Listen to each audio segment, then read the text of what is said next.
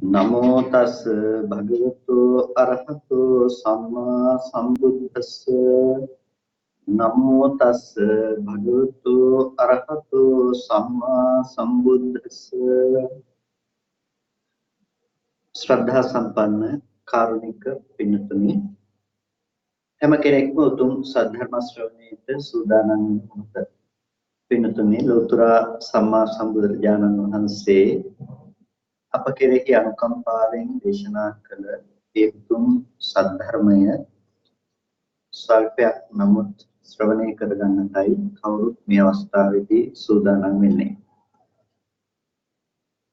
ලෝතර බුදුරජාණන් වහන්සේ නමකගේ මේ ලෝකයේ පහළ වීම ඉතාම දුර්ලභ කාරණාවක්. ඒ දුර්ලභ බුද්ධෝත්පාද කාලයක් ලැබුණු අද වගේ දවසකදී අපි අප්‍රමාදීව මේ ධර්මය තුළින් ලබාගත යුතු හරය ධර්මය තුළින් ලබාගත යුතු ඒ උත්තරීතර අවබෝධය ලබා ගැනීම සඳහා කටයුතු කළ යුතුව පවතිනවා. බුදුරජාණන් වහන්සේ අපට දේශනා කරනවා විවිධ දහම් පරයයන් ඔස්සේ මේ ශාසනයේ අපි උපදවාගත යුතු හරය මේ ශාසනය තුළ අපි ලබාගත යුතු උත්තරීතර තත්වය කුමක්ද කියන කාරණාව. එනිසා මේ ධර්ම පරයයන් අපි අසුරු කරනකොට ඒ ධර්ම පරයයන් ඔස්සේ අපේ මනස මෙහෙවනකොට අපිට මේ ප්‍රතිපදාව පිළිබඳව අපි අනුගමනය කළ යුතු මාවත පිළිබඳව අපිට මනවින් තේරුම් ගන්නට පුළුවන්කම තියෙනවා. ඒ නිසාම අපි මේ බුද්ධ වචනේ බුදුරජාණන් වහන්සේගේ දේශනාවන් විවිධ පරයයන් ඔස්සේ විමසා බැලීම සිදු කරනවා.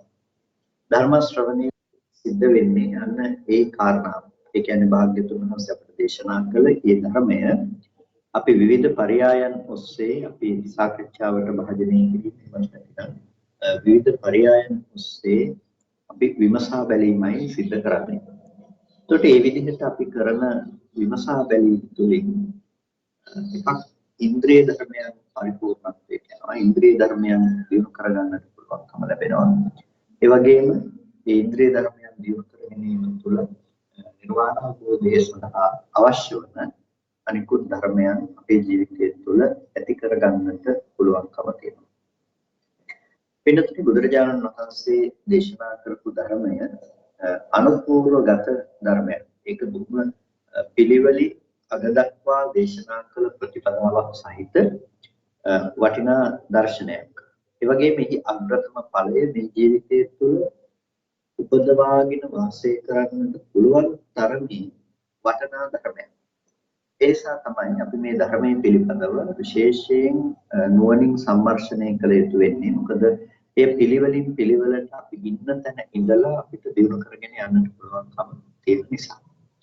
බුදුරජාණන් වහන්සේ දේශනා කරපු මේ ප්‍රතිපදාව එමත් නැත්නම් පිළිවෙලින් අපිට පෙන්වපු දේ පිළිබඳව අපි කතා කරනකොට අපිට දකින්නට ලැබෙන එක වැදගත් සූත්‍ර දේශනාවක් තියෙනවා. ඒ තමයි මේ අංගුත්තර නිකායේ අපිට දකින්නට ලැබෙන තණ්හා සූත්‍රය. අංගුත්තර නිකායේ දසක නිපාතයේ දකින්නට ලැබෙන මේ තණ්හා සූත්‍රයේදී බුදුරජාණන් වහන්සේ දේශනා කරනවා පුරිමා භික්ඛවේ කෝටි නපඤ්ඤායති භව තණ්හාය. මහන්නේ මේ භව තණ්හාවේ පුරිමා කෝටි නපඤ්ඤායති පූර්ව කෙලවරක් දකින්නට පුළුවන්කමක් නැහැ. ඊතෝ කුප්පේ භව තණ්හා නාහෝසි. මීට කලින් භව තණ්හාව කියලා එකක් තිබුණේ නැහැ. අත පච්චා සම්බුදු. නමුත් භව තණ්හාව හටගත්තේ මෙන්න මෙතනින් පස්සේ. ඊට කලින් භව තණ්හාව කියලා එකක් තිබ්බේ නැහැ. මේ විදිහට භව තණ්හාවේ අතීත කෙලවරක් කියන දෙයක් කවදාවත් පෙන්වන්නට පුළුවන් කමක් නැත්තේ නැහැ. එවං චේතම් වික්ඛවේ උච්චති අතචපන පඤ්ඤායති ඉදප්පච්චය භව තණ්හා. ඒ වුණාට මේ විදිහට භව තණ්හාවේ අතීත කෙලවරක් දක්වන්නට බැරි වුණා. දක්වන්නට පුළුවන් දෙයක් තියෙනවා. ඒ තමයි ඉදප්පච්චය භව තණ්හාති භව තණ්හාවේ තියෙන ඉදප්පච්චයතාවය. වෙනතුනි භව තණ්හාව කියලා කියන්නේ මේ භවයේ පිළිබඳව අපේ පවත්නා තෘෂ්ණාවට කියනවා භව තණ්හාව කියලා. භවයේ පිළිබඳව පවත්වන තණ්හාව කියනකොට අපි භවයේ කියන කාරණාව පිළිබඳව ඒ භවයේ පිළිබඳව අපි පවත්වන තෘෂ්ණාව පිළිබඳව අපි තේරුම් ගන්න අවශ්‍යයි. මොකද මේ භව තණ්හාව තමයි සත්‍ය සසරට අරගෙන යන සඳහා මූලික කර්තව්‍යයක් කරන දේ නැත්නම් අවසාන ක්‍රියාන්විතයේ සිද්ධ කරන නියම තමයි මේ භව තණ්හාව බවට පත් වෙන්නේ. ඒකට මේ භව තණ්හාවෙන් බැඳුණු සත්‍යය සසරට යනවා. ඒ නිසාම මේකට මේ භව නිත්‍ය කියලා වචනයක් පාවිච්චි කරනවා. හරියට මේ හරකෙක් හෝ එබඳු සතෙක් ඒ බෙල්ලට ලණුවක් දාලා ඒ බෙල්ලට ලණුව දාලා Tamanට කැමති තැනකට ඇදගෙන යන්න පුළුවන්කම ලැබෙනවා වගේ මේ සත්වයා තෘෂ්ණාව නැමැති භව තෘෂ්ණාව නැමැති මේ ලණුවෙන් Tamanට කැමති තැනකට ඇදගෙන යන නිසා මේ භව තණ්හාවට කියනවා භව නෙත්ති කියන වචනය. ඒතකොට මේ භව නෙත්ති නැතිනම් භව තණ්හාව කියන මේ මූලයේ හේතු කරගෙන තමයි මේ සසර දුකක පැවැත්මක් කියන දේ පෙනෙන්නේ. ඒකට සසර දුකක පැවැත්මක් පෙනෙන්නේ භව තණ්හාව නිසායි කියනකොට ඒ භව තණ්හාව සිදු කරන ප්‍රධානම කාරණය පිළිබඳව අපිට තේරුම් ගන්නට පුළුවන්කම තියෙනවා. පොදුවේ සියලුම භවයන් කෙරෙහි කාමාදී භවේසු පත්තනා කියලා කියනවා. කාමාදී භවයන් පිළිබඳව තියෙන ප්‍රාර්ථනාව තමයි මේ භව තණ්හාව කියලා කියන්නේ. එතකොට කාම භව, රූප භව, අරූප භව කියන මේ භවයන් පිළිබඳව පවස්නා තෘෂ්ණාවට කියනවා මේ භව තණ්හා කියලා. එතකොට මෙන්න මේ භව තණ්හාව පිළිබඳව අපි තේරුම් ගත යුතුයි නිසාම මොකද මේ සියලුම තැන පවස්නා තෘෂ්ණාව මේන් ඇතුළත් වෙන නිසා. ඒ කියන්නේ කාමාවචර ලෝකයේ රූපාවචර මට්ටමේ අරූපාවචර මට්ටම තුලත් විග්‍රහ වෙන ඒ මට්ටම් වලදී අපිට කතා කරන්නට වන තණ්හාවක් තමයි භව තණ්හාව කියන්නේ. ඒත් ඒ නිසා මේ සියලු තැනකට මුල් වෙන දෙයක් හැටියට භව තණ්හාව හඳුන්වන්නට පුළුවන්කම තියෙනවා. ඒ වගේම මේ සියලුම අකුසල ධර්මයන්ට මුල් වෙන සියලු කෙලෙසුන්ට මුල් වෙන දේවල් පිළිබඳව අපි සලකා බලනකොට අපිට දකින්නට පුළුවන්කම තියෙනවා මේ සියලු අකුසල් කෙලෙසුන්ට මුල් වෙන ප්‍රධාන කෙලෙස් දෙකක්. ඒවා හඳුන්වනවා මූලක් කෙලෙස් ධර්ම කියලා. ඒකට මේ මූලක් කෙලෙස් ධර්ම නැතිනම් මුල් වූ සියලු අකුසලයන්ට මුල් වූ කෙලෙස් පිළිබඳව අපි බලනකොට අවිද්‍යාව සහ භව තණ්හාව කියන මේ ධර්මතා දෙකක් මූලක් කෙලෙස් ධර්මයක්. නැතිනම් අවිද්‍යාවත් මූලක් කෙලෙසයක්, භව තණ්හාවත් මූලක් කෙලෙසයක්. අවිද්‍යාවෙන් තමයි කර්මාභියෝගණය එමත් නැතිනම් කර්ම රැස් කිරීම කියන කාරණාව සිද්ධ කරන්නේ. යම් කිසි තැනක ඒ කර්ම රැස් කිරීම සිද්ධ කරනවා නම් ඒ කර්ම රැස් කිරීම සිද්ධ කරන තැනකදී රැස් කරගත්ත ඒ කර්මයට ඒ මට්ටමින් කෙරෙන තණ්හාව සිද්ධ කරන්නේ භව තණ්හාව අනුව. කවදාවත් කර්මයකට විතරක් උපදින්නේ නැහැ. උපදින්නේ තණ්හාව නිසායි. ඒ නිසායි තෘෂ්ණාව නැමැති වඩුවයි මේ ගේ හදන්නේ කියලා බුදුරජාණන් වහන්සේ දේශනා කළේ. එතකොට මේකේ ප්‍රධාන කර්තව්‍ය සිද්ධ කරන කෙනා තමයි මේ භව තණ්හාව කියන කෙනා. නැතිනම් භව තණ්හාව කියන දේ. නිසා භව තණ්හාව පිළිබඳව අපි දැනගන්නට ඕන. මොකද යම් කිසි කෙනෙක් අපි සතුරෙකුට විරුද්ධව කටයුතු කරනකොට ඒ සතුරාගේ හැම ආකාරයේ හැසිරීමක්ම අපි දැනගෙන හිටියොත් ඔහු පරාජය කිරීම සඳහා අපිට තාම පහසුවක් තියෙනවා. අන්න ඒ වගේ තමයි මේ භව තණ්හාව කියන දේ අපිට ප්‍රහාණය කරන්නට අවශ්‍ය නම් ප්‍රහාණය කරන්නට අවශ්‍ය භව තණ්හාව පිළිබඳව අපි තොරතුරු දන්නා තරමට ඒ පිළිබඳව අපි අවබෝධයක් ඇති තරමට අපිට පහසුවක් තියෙනවා මේකෙන් මිදෙන මාවත පිළිබඳව ටිකක් විමසා බලන්නට. ඉතින් භව තණ්හාව පිළිබඳව කතා කරනකොට අපි පොදුවේ කතා කරන වචනේ තමයි දුකට හේතුව ලෙස තණ්හාව කියන දේ. තණ්හාව තමයි දුකට පවත්නා හේතුව. ඒතකොට මේ දුකට පවත්නා හේතුව තෘෂ්ණාව වෙනකොට මේ තෘෂ්ණාව පවත්නා තැන් හයක් තියෙනවා. තෘෂ්ණාව පවතින තැන් හයක්. මොනවාද තෘෂ්ණාව පවතින තැන් හය? තෘෂ්ණාව පවතින්නේ මේ රූප, ශබ්ද, ගන්ධ, රස, ස්පර්ශ කියන මේ ධර්මයන් ආරම්භය. එතකොට මේ රූප, ශබ්ද, ගන්ධ, රස, ස්පර්ශ සහ ධම්ම කියන මේ දේවල් ආරම්භය තෘෂ්ණාව පවත්නවා. මෙන්න මේ පවත්වන ලබන මේ තෘෂ්ණාව මේ 6 තැනක පවත්වන තෘෂ්ණාව ආකාර 3කින් වැඩි වෙනවා. ආකාර 3කින් ගුණණය වෙනවා. කොහොමද? කාම තණ්හා, භව තණ්හා, විභව තණ්හා කියන. එතකොට කාම තණ්හාවේ ලක්ෂණය තමයි ඒ රූපාදී ධර්මයන් පිළිබඳව කැමැති වෙන ස්වභාවයෙන් ඇති කර ගන්නු ලබන තෘෂ්ණාවට කියනවා කාම තණ්හා කියලා. ඇහැට රූපයක් ගැටෙනකොට ඒ රූපය පිළිබඳව හිතේ ඇති කර ගන්නු ලබන කාම සහගත චේතනාව බාහිර වස්තුව පැත්තට පතිත කරලා අපි ඇති කර ගන්නු ලබන යම් තණ්හා සහගත කෙලෙසයක් තියෙනවා. ඒකට කියනවා කාම තණ්හාව කියලා. එතකොට ඔබට ලෝකයේ තුල මිල මුදල් යන වාහන දූ දරුවෝ මේ හැම දෙයක් පිළිබඳව යම් කැමැත්තක් තියෙනවා නම් යම් ප්‍රාර්ථනාවක් තියෙනවා නම් අන්නේ වස්තුකාම කෙලෙසකාම කියන ඒ සියලුම දේවල් අයිති ඒ මට්ටමේ තියෙන දේවල් මේ කාම තණ්හා කියන කුලකයෙන් නැත්නම් කාම තණ්හා කියන දෙයට. එතකොට එබඳු වූ කාම තණ්හාවකින් යුක්ත කෙනෙක් කොට තව විදිහකින් තියෙනවා නම් ඒ කාම තණ්හාව තියෙන තැනම නැතිනම් ඒ රූපය පිළිබඳව යම් කිසි කෙනෙකුට මෙහෙම හැඟීමක් ඇති වුණොත් ඒ රූපය ශාස්වතයි, ඒ රූපේ ලෝකේ පවතිනවා, ඒක ලෝකේ තියෙනවා කියලා ඇති බවට ගන්නා වූ යම් පැවැත්ම ආත්මවත් කොට ගන්නා වූ යම් දෘෂ්ටි සහගත බවක් ඇති වෙනවා නම් අන්න ඒකට කියනවා භව තණ්හාව කියලා. ඒක භවය පිළිබඳව ඇති කරගත්ත තණ්හාව. ඒ වගේම යම්කිසි කෙනෙකුට නාස්තිකත්වයේ පිළිබඳව උච්ඡේදයේ පිළිබඳව ඇති කරගත්තොත් යම් දෘෂ්ටියක්, ඒ කියන්නේ මේ කිසිම දෙයක් නැහැ, මේ දේවල් වල යථාර්ථයක් නැහැ, ඒ වගේම මේ දේවල් කිසිවක්ම නැහැ, රූපයේ ඇත්තේ නැහැ, මේක නැති වෙලා යනවා කියලා.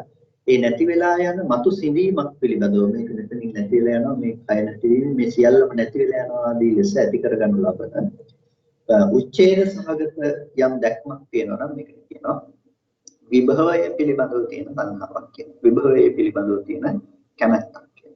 එතකොට මෙන්න මේ කාම තණ්හා, භව තණ්හා, විභව තණ්හා කියන මේ තුන් ආකාර තෘෂ්ණාවක තමයි පින්තුනේ අපි අපේ ජීවිතය අරගෙන යන්නේ.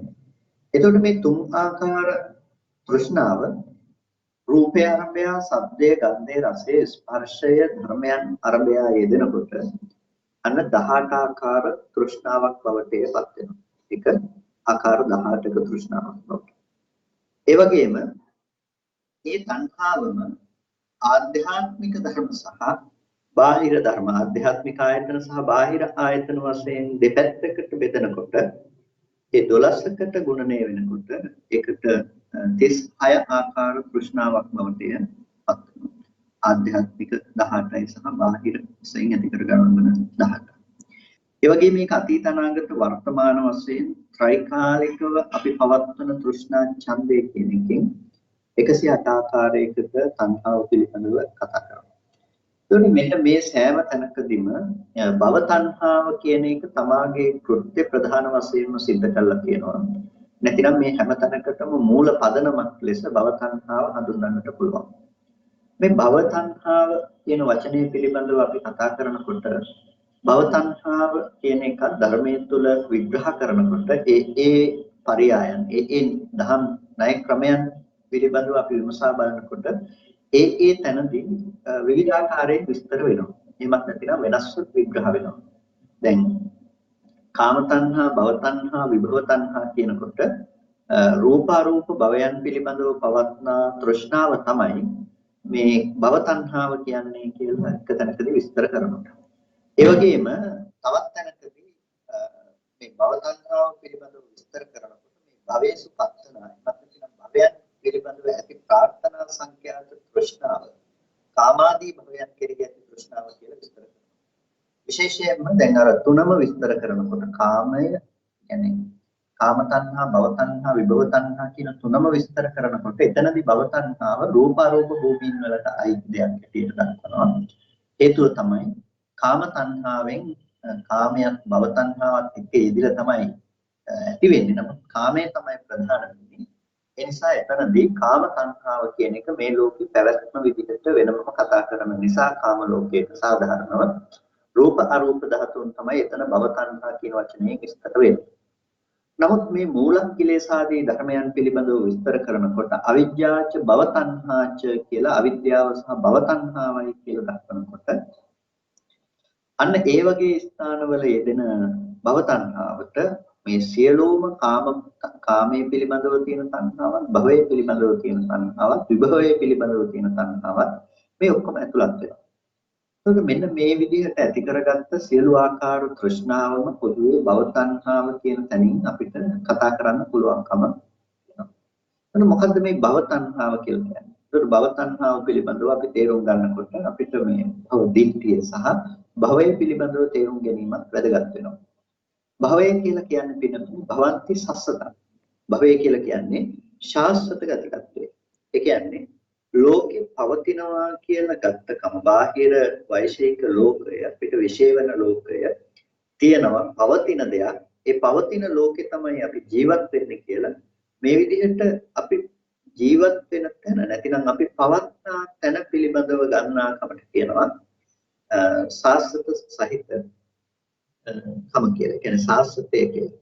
ලෝකේ තියෙනවා. ඇති බවට ඒ නිත්‍ය සංඥාවක් තුළ මේක පවතින දෙයක් හැටියට ග්‍රහණය කරගත්තම තමයි භවය කියලා කියන්නේ. එතකොට සමහර වෙලාවට මේ දැන් අපි භවය පිළිබඳව ඔය බාහිර පවතින කම නැතිනම් ලෝකෙ මේ ඇති බවට හමුවන කමයි කියලා කිව්වහම ඇතම් කෙනෙක් අපි දැක්ක තැන්වල විවේචනයක් අවශ්‍ය කරලා තියෙනවා කොහොමද භවය කියන්නේ පවතින කමයි කියලා කියන්නේ කියලා. එතකොට භවය පිළිබඳව බුදුරජාණන් වහන්සේ ලබා දෙන අර්ථකථනය ඒ තැනට අනුරූපව අපි දත යුතු වෙනවා. භවය පිළිබඳව බුදුරජාණන් වහන්සේ හැමතැනකදීම දේශනා කළේ කාම භව, රූප භව, අරූප භව කියලා නෙමෙයි.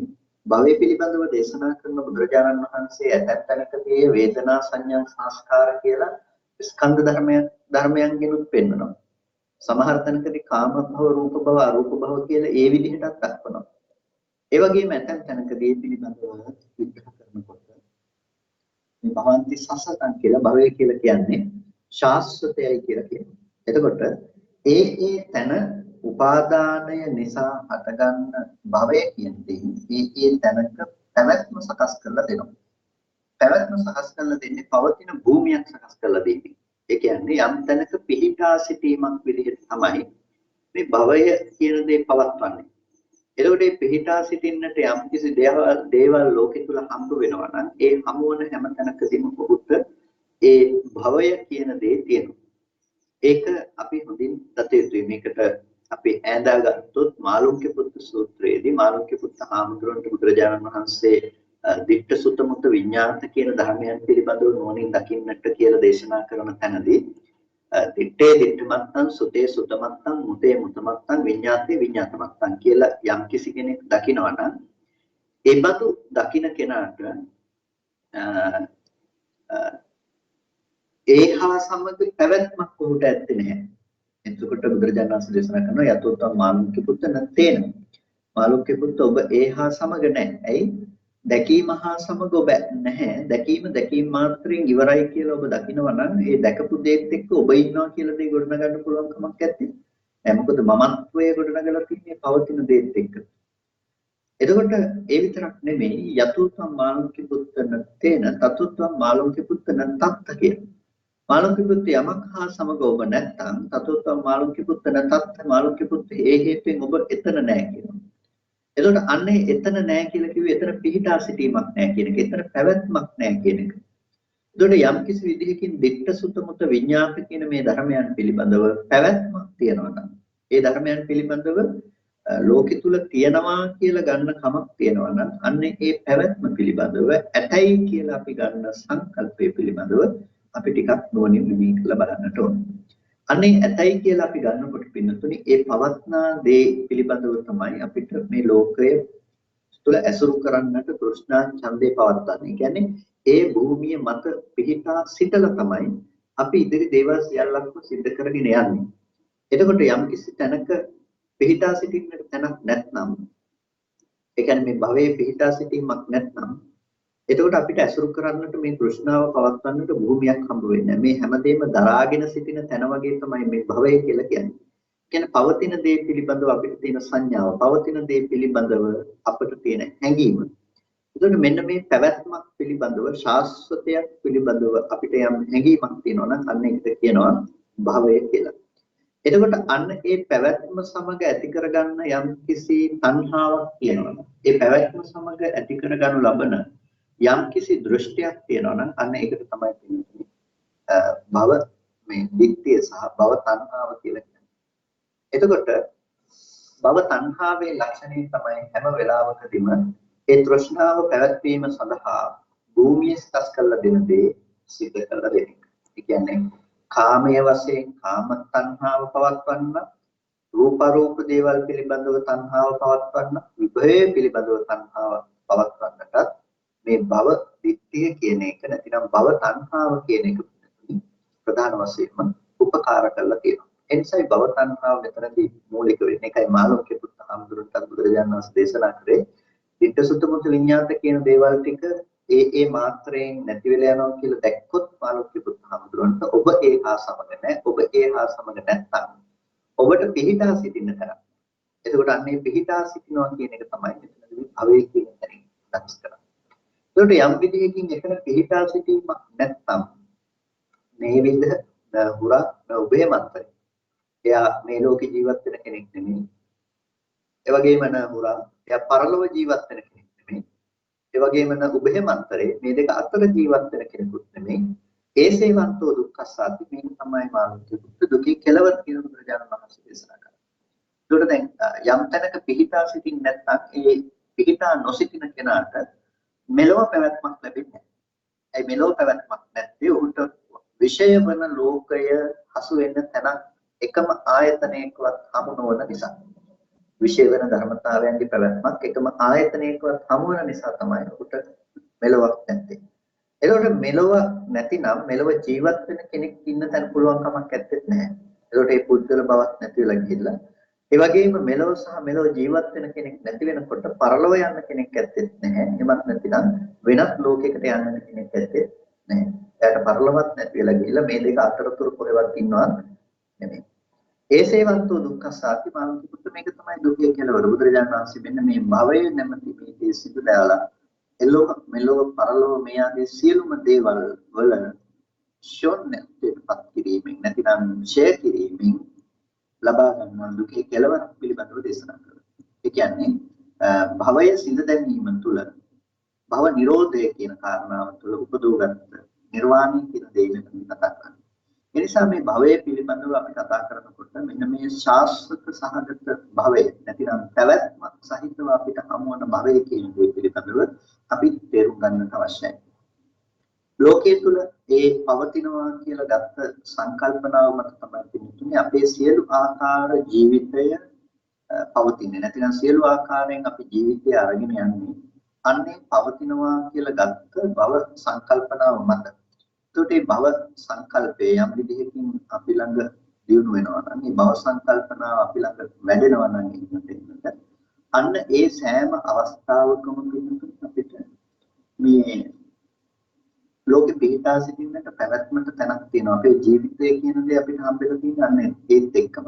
ඒ කියන්නේ අද දවසේදී නම් කාම භූමියේ ඉන්න සත්‍යයන් හැටියට නම් අපි කැමැති විය යුතු, ඇලිය යුතු අපේ කැමැත්ත අනුව ලෝකේ පවතින දේවල් එළින් තියනවා කියලා ඇති කරගත්ත සංකල්පනාවක් තියෙනවා. ඒ විදිහට ඇති කරගත්ත අදහසක් අපේ මනස තුල තියෙනවා.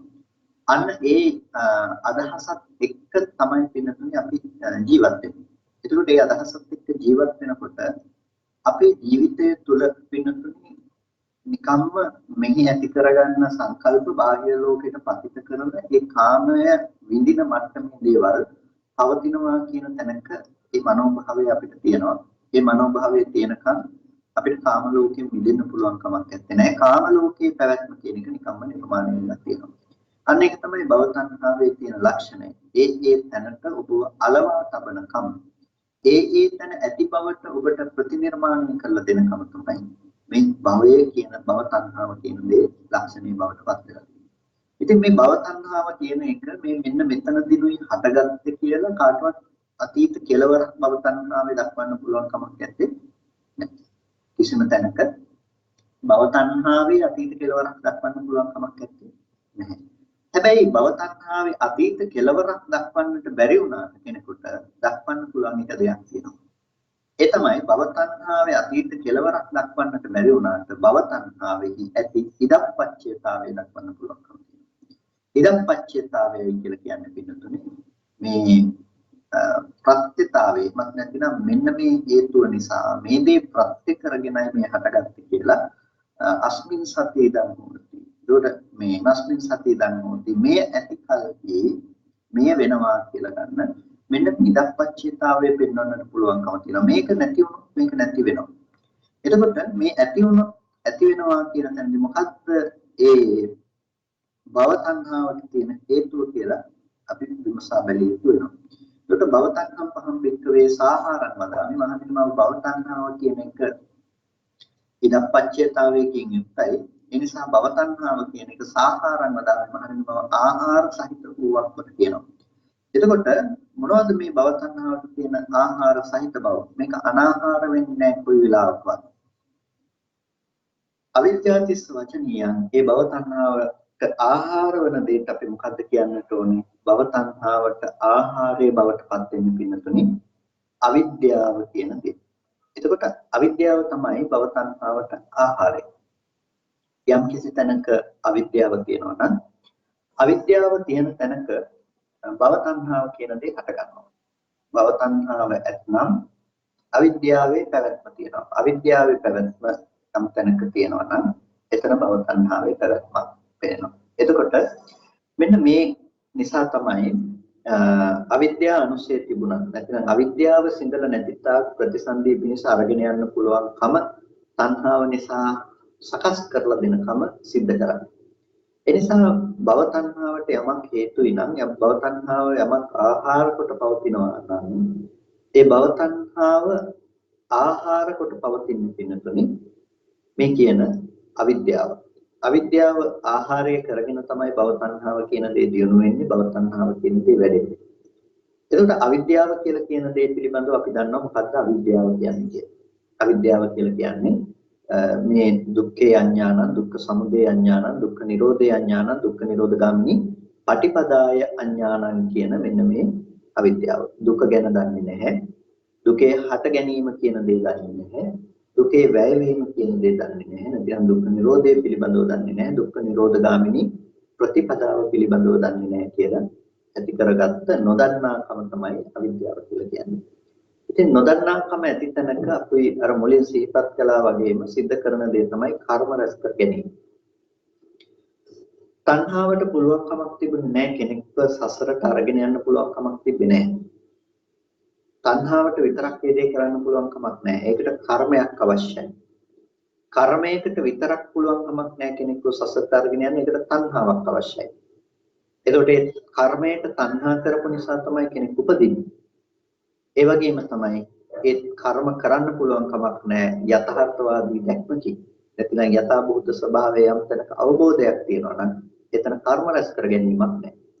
එහෙනම් කර්ම රැස් කර ගැනීම කියන දේ පෙනෙන්නේ යථාර්ථයේ පිළිබඳව අවබෝධයක් නැති තැනක. ඇත්ත ඇති හැටියට නොදන්නා තැනක තමයි පින්නතුනේ අවිද්‍යාව කියන දේ අපට පෙනෙන්නේ. එතකොට ඇත්ත ඇති හැටියට නොදන්නාකම කියනකොට අපිට එතනදී අවිද්‍යාවේ කෘත්‍ය අවිද්‍යාවේ ඇති කර්තව්‍ය පිළිබඳව ටිකක් බලන්නට වෙනවා. අවිද්‍යාවෙන් සිද්ධ කරලා තියෙන මොකද්ද? අවිද්‍යාවෙන් සිද්ධ කරලා තියෙන දේ තමයි ඇත්ත යථාර්ථයේ වහලා දාලා තියෙන්නේ. මොකේද මේ ඇත්ත වහුවේ? නැතිනම් යථාර්ථයේ පෙන්වා නොදුන්නේ කුමන ධර්මයකද? යථාර්ථයේ පෙන්වා නොදුන්නේ මේ ස්කන්ධ ධර්මතා පංචකේ ඉමත් නැතිනම් රූප වේදනා සංඥා සංස්කාර විඥාන කියන මේ ධර්මයන්ගේ යථාර්ථය පෙන්වා දුන්නේ නැහැ. බුදුරජාණන් වහන්සේ දේශනා කරනවා භූතය පිළිබඳව පෙන්වා දුන්නේ නැහැ. ඌපරිත දේ පිළිබඳව පෙන්වා දෙන්නේ නැතිකම. ඒකට මෙන්න මේ නොදන්නා අවිද්‍යාව තමයි මෙතනදී අවිද්‍යාව කියලා කතා කරන්නේ. ඒ නොදන්නා අවිද්‍යාව නිසා කෙනෙක් මොකද්ද කරගන්නේ? ඒ කියන්නේ ඌපරිදි යථාර්ථය පිළිබඳව යථාර්ථවාදීව ස්කන්ධ ධර්මයන් නොදන්නාකම නිසා ඒ දේවල් උපාදාන සහිතව ඇසුරු කරන කමක ජීවත් වෙනවා. නැතිනම් ඒ දේවල් බොහොම දැඩිව ග්‍රහණය කරගන්න කමක් සිද්ධ කරනවා. අන්න ඒ නිසා තමයි භව තණ්හාවේ පැවැත්ම පේන්නේ. අවිද්‍යාව යන්තනක නැත්නම් එතන භව තණ්හාව කියන දේ යෙදෙන්නේ නැහැ. අවිද්‍යාව යම් තැනක නැත්නම් එතන භව තණ්හාව කියන එක යෙදෙන්නේ නැහැ. භව තණ්හාවේ පැවැත්මක් නැහැ අවිද්‍යාව නැති තැනක. ඒ නිසා අවිද්‍යාවේ පැවැත්ම මත තමයි භව තණ්හාවේ පැවැත්මක් වෙන්නේ. අවිද්‍යාව කියන දේ මේ දුක්ඛේ අඥානං කියනකොට සංකත ධර්මයන්ගේ සංකත ලක්ෂණය නොදන්නාකම. සංකත ධර්මයන්ගේ සංකත ලක්ෂණය නොදන්නාකම කියනකොට පින්නතුනි හේතු නිසා සකස් වුණ දේ පිළිබඳව අවබෝධයක් ඇත්තේ නැහැ. ඒ දේ හේතු නැති වෙනකොට නැති වුණා කියලා අවබෝධයක් ඇත්තෙත් නැහැ. ඒ නිසා හටගෙන නැති වුණ ධර්මයන් පිළිබඳව නොදන්නාකම නිසා තමයි ඒ දේවල් පවතිනවා කියලා ගන්නකම තියෙන්නේ. ඒ ධර්මයන් පිළිබඳව ඇති ඒ නොදන්නාකම නිසා තමයි මේ දේවල් ලෝකේ පවතිනවා කියලා ගන්න දේ සිද්ධ වෙන්නේ. ඒ කියන්නේ භවය කියන දේ හදාගන්න පදනම සකස් කරලා දෙන්නේ කුමක් නිසාද පින්නතුනේ? අර ලෝකෙ තුල පවත්තුණු රූපාදී ධර්මයන් පිළිබඳව තිබුණු නොදන්නාකම. ඒක හේතු නිසා හටගත්ත කියන කම දන්නේ නැහැ. ඒ වගේම හේතු නැති වෙනකොට නැති වෙලා ගියා කියන එක දන්නේ නැහැ. බුදුරජාණන් වහන්සේ දේශනා කරන්නේ ද්වයන් නිසා ඒ විඥාන සම්බෝධි. මේ හේතු දෙකක් නිසා තමයි විඥානය හටගන්නේ. මොන හේතු දෙකක් නිසාද? ඇස සහ රූපය කියන මේ හේතු දෙක නිසා මේ දෙක ප්‍රත්‍ය කරගෙන විඥානය හටගන්නවා. එතකොට මේ දේ ප්‍රත්‍ය කරගෙන මේ දේ මත පිහිටා විඥානයේ චක්කු විඥානය හටගන්නකොට ඇහැ අනිත්‍යයි. ඇහැ කියන දේ සංකතයි. ඇහැ කියන දේ පටිච්චසමුප්පන්නයි. රූපේ කියන එක අනිත්‍යයි. රූපේ කියන එක සංකතයි. රූපේ කියන එක පටිච්චසමුප්පන්නයි. ඉතින් ඇහැ රූප සංකත ධර්මයක් නම් ඇහැ රූප කියන එක හේතු නිසා සකස් වුණ දෙයක් නම් මේ දෙක ඇසුරු කරගත්ත විඥානය නැතිනම් මේ දෙක ඇති තැනක පේන විඥානය කොයි වෙලාවකවත් නිත්‍ය වෙන්න පුළුවන් කමක් නැත්තේ නෑ. මේ දෙක මත පිහිටා සිටින විඥානය කොයි වෙලාවකවත් එක දිගට තියනවා වෙන්න පුළුවන් කමක් නැත්තේ නෑ. ඒ නිසා ඒ විඥානයත් අනිත්‍යයි. දැන් චක්කු විඥානය අනිත්‍යයි කියන මේ දේ ගොඩ නැගුවේ ඒ දේ ගොඩ නැගුවේ හේතුවක් ඇතිව. මොකක්ද එතන ඒ දේ ගොඩ නගන්නට හේතුනේ? ඒක චක්කු විඥානය කියන දේ ඇති කරන්නට හේතු වුණ පදනම බින්දා. ඒ කියන්නේ ඇහැ රූප මත තමයි ඇහැ රූප අනුව ගිහිල්ලා තමයි චක්කු විඥානය කියන දේ ඉපදුනේ. හැබැයි ඒ හේතු ටික නැති වෙලා යනවා. ඒ හේතු ටික නැති වෙනකොට චක්කු විඥානයට තියෙන්න පුළුවන් කමක් නැත්තේ නෑ. එතකොට දැන් හේතු ටික තියෙනකොට ඵලය නැති වෙලා යනවා කියලා නෙමෙයි කියන්නේ. මේ හේතු ටික නැති වෙනකොට ඵලය නැති වෙනවා කියන්නේ. දැන් චක්කු විඥානය කියන එක චක්කුංච පටිච්ච රූපේච කියනකොට ඇසද රූපේද නිසා හටගන්න දෙයක් වෙනකොට ඇස රූප කියන දේ පුරේජාතව කලින් හටගෙන තියෙන තැනක තමයි චක්කු විඥානයේ පස්සේ ඇති වෙන්නේ. එතකොට ඒ චක්කු විඥානයේ පස්සේ හටගත්ත ධර්මයක් වෙලා චක්කු විඥානය තියෙනකොට රූපය කියන දේ නැති වෙලා යන්නේ නැහැ. චක්කු විඥානය වෙනම තියෙනකොට ඇහැ කියන එක නැති වෙලා යන්නේ. ඒ වගේම ඇහැ රූප දෙක නැති වෙලා යනකොට චක්කු විඥානය කියන එක තියෙන්නේ නැහැ. එතකොට මේ ධර්මතා ටික අනිත්‍ය නිසා චක්කු විඥානයත් අනිත්‍යයි කියලා කියනවා. මොකද මේ ධර්මයන්ගේ එකක් හෝ නැතිවීමෙන් දෙදෙනෙකුගේ හෝ නැතිවීමෙන් තිදෙනාගේම නැතිවීම කියන දේ සිදු වෙනවා. ඒ නිසා අපිට මේ අනිත්‍යතාවය මේ ධර්මයන්ගේ නොපවත්නා බව හටගෙන ඉතුරු නැතුව නැති වෙන ස්වභාවය පිළිබඳව අපිට තේරුම් ගන්නට වෙනවා. එතකොට මෙන්න මේ හටගෙන ඉතුරු නැතුව නැති වෙන බව පිළිබඳව අපි තේරුම් ගන්නකොට පින්නතුනේ අපිට දකින්න පුළුවන් මේ සංකත ධර්මයන්ගේ සංකත ලක්ෂණය හේතු නිසා හටගත්ත ධර්මය හේතු නැති වෙනකොට නැති වෙලා යනවා කියන්නේ. ඒකට හේතු නිසා හටගත්ත ධර්මය හේතු නැති වෙනකොට යම් තැනක නැති වෙලා යනවා නම් ඒ හේතු නැතිවීමෙන් නැති වෙන ඒ සංකත ධර්මයන්ගේ දැකීමම තමයි අවිද්‍යාව නැති කිරීම වෙන්නේ. අවිද්‍යාවේ නිරෝධය බවට පත් වෙනවා.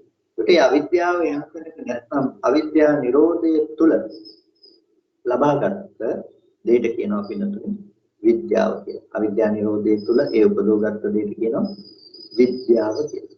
එතකොට මේ විද්‍යාව තුල තමයි පින්නතුනේ කෙනෙකුට පුළුවන්කම තියෙන්නේ අර සංකත ලක්ෂණ පිළිබඳව දකින්න ඒ උපදවගත් දේ පිළිබඳව. ඒ අවිද්‍යා නිරෝධය නිසා මොකද වෙන්නේ? අර පවතින දෙයක් ලෝකේ හම්බ වෙන්නේ නැහැ.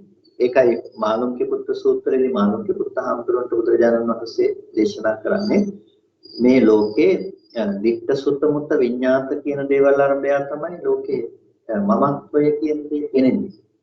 එතකොට මේ ලෝකේ මමත්වය කියන දේ පෙනෙන දිට්ඨ සුත්ත මුත්ත විඤ්ඤාත කියන මේ ධර්මයන් අරඹය යම්කිසි කෙනෙකුට දිත්තේ දිත්තමත්තං සුතේ සුතමත්තං මුතේ මුතමත්තං විඤ්ඤාතේ විඤ්ඤාතමත්තං කියන ඥානය ප්‍රඥාව අවබෝධය උපදව ගන්න පුළුවන් නම් අන්න ඒ බඳු අවබෝධයක් තියෙන කෙනාට ඒහා සමග ජීවත් වෙන තමන්ම හම්බ වෙන්නේ. ඒ කියන්නේ රූපයත් එක්ක මම ඉන්නවා කියලා රූපේ දකින මාව මේ පැත්තෙන් හම්බ වෙන්නේ. සද්දය අහන මම ඉන්නවා කියලා ඒක අහන මාව මේ පැත්තේ නිර්මාණය වෙන්නේ නැහැ. දැන් අපිට බාහිරේ විතරක් නෙමෙයි පිළිතුරු ඇසුරු වෙන්නේ. බාහිරයට අනුරූපව මේ පැත්තේ ඇති කරගන්න පුද්ගල භාවය නිකම්ම නිර්මාණය වෙනවා. මොකද ඒ දේ හා සමග ඉන්න කෙනා ඒ දේ විඳුණු ලබන පුද්ගලයා මේ පැත්තේ ඉන්නකම නිසා තමයි මේක මේ විදිහට වෙන්නේ. එතකොට ඒ බාහිර පවතින රූපය බාහිර ඇති බවට ගන්නකම යම් කිසි තැනක යම් කෙනෙකුට තියෙනවා නම් අන්නේ ඇති බවට ගත්ත ඒ ලක්ෂණය නිසා ඒක ලෝකේ පවතිනවා කියලා ගත්ත ඒ අඥාන සහගත දැක්ම නිසා තමයි තමන්ව හම්බ වෙන්නේ තමන්ට අසුරු කරන්න දේ හම්බ වෙන්නේ. ඒ කියන්නේ ඇහැට රූපයක් ගැටෙනකොට ඒ ඇස සහ රූපයේ ස්වභාවයත් ඒ දැනගත්ත සිතේ ස්වභාවයත් හටගෙන නැති වෙලා යන එක. හටගෙන නැති වෙලා ගියාට පින්නතුනේ මෙහි රැස් කරගත්ත මෝඩ මනස නැති වෙලා නැහැ. එයා හිතනවා අර තිබ්බ රූපය නැතිනම් ඒ Taman මෙහි දැනගත්ත දේ එළියේ තියෙන එක කියලා. එහෙම ඒක පිළිබඳව එයා පියසටහනක් නැතිනම් නිමිති ටිකක් ඉතුරු කරගන්නවා. ඒ කියන්නේ හිතෙන් නැවත ඒක සැරිසරන්න පුළුවන් ලෝකයක් එයා හදනවා එතන. එතකොට ඒකේ එයා ගන්න රූපේ තියෙනවා කියලා විතරක් නෙමෙයි රූපේ දැකපු මාත් මේ පැත්තේ ඉන්නවා. ඒ රූපය හා සමගම Taman ඉන්න බවට Tamanට රැස් වෙලා තියෙනවා. එතකොට රූපේ දැකපු කෙනාට සද්දයක් ඇහෙනවා. සද්දය ඇහෙනකොට සද්දයේ ශබ්ද මාත්‍රයෙන් ඉවර වෙනවා. හැබැයි ශබ්දය දැනගත්තේ කවුද? අර රූපේ දැකපු මම තමයි දැන් ශබ්දේ දැනගත්තේ. මේ පැත්තෙන් දැන් තමන්ව පෝෂණය වෙනවා. මොකද රූප දකින්න කෙනාම තමයි මේ ශබ්දේ ඇහුවේ. ගන්ධ සුවඳක් දැනෙනවා. ඒකට ගන්ධ සුවඳ මාත්‍රයෙන් හටගෙන නැති වෙලා යනවා. ඒකේ පුද්ගල බවක් තිබුණේ නැහැ. හැබැයි මේ පැත්තෙන් පුද්ගල බවක් ඇති වෙලා තියෙනවා. මොකද්ද? අර රූපේ දැකපු ශබ්දය අහපු මට තමයි මේ ගඳ සුවඳ කියන දේ දකින්න පුළුවන්කම ලැබුණේ. මේ විදිහට යනකොට මොකද්ද වෙන්නේ පින්නතුනේ? වෙමි කියන හැඟීම ඒ හැම තැනකම පවතිනවා. රූප, ශබ්ද, ගන්ධ, රස, ස්පර්ශ ආදී ධර්මයන් පිළිබඳව මට මම වෙමි කියන හැඟීම උපදිනවා. එතකොට අස්මීතිතස් අවිගතේ පංචන්නං ඉන්ද්‍රියණං අවක්ඛන්ති. වෙමි කියන හැඟීම යම් තැනක යම් කෙනෙකුට තිබුණොත් ඒ කෙනාට පංචේන්ද්‍රිය ධර්මයන්ට බැස ගැනීම තියෙනවා. එතකොට මේ පංචේන්ද්‍රිය ධර්මයන්ට බැසගත්තට පස්සේ මේ ඇස කන නාසය දිව කය කියන මේ වගේ යුක්ත මේ මම මේ පුද්ගලයෙක් ඉන්නවා කියන එක අපිට නිකම්ම ගොඩ නැගෙනවා.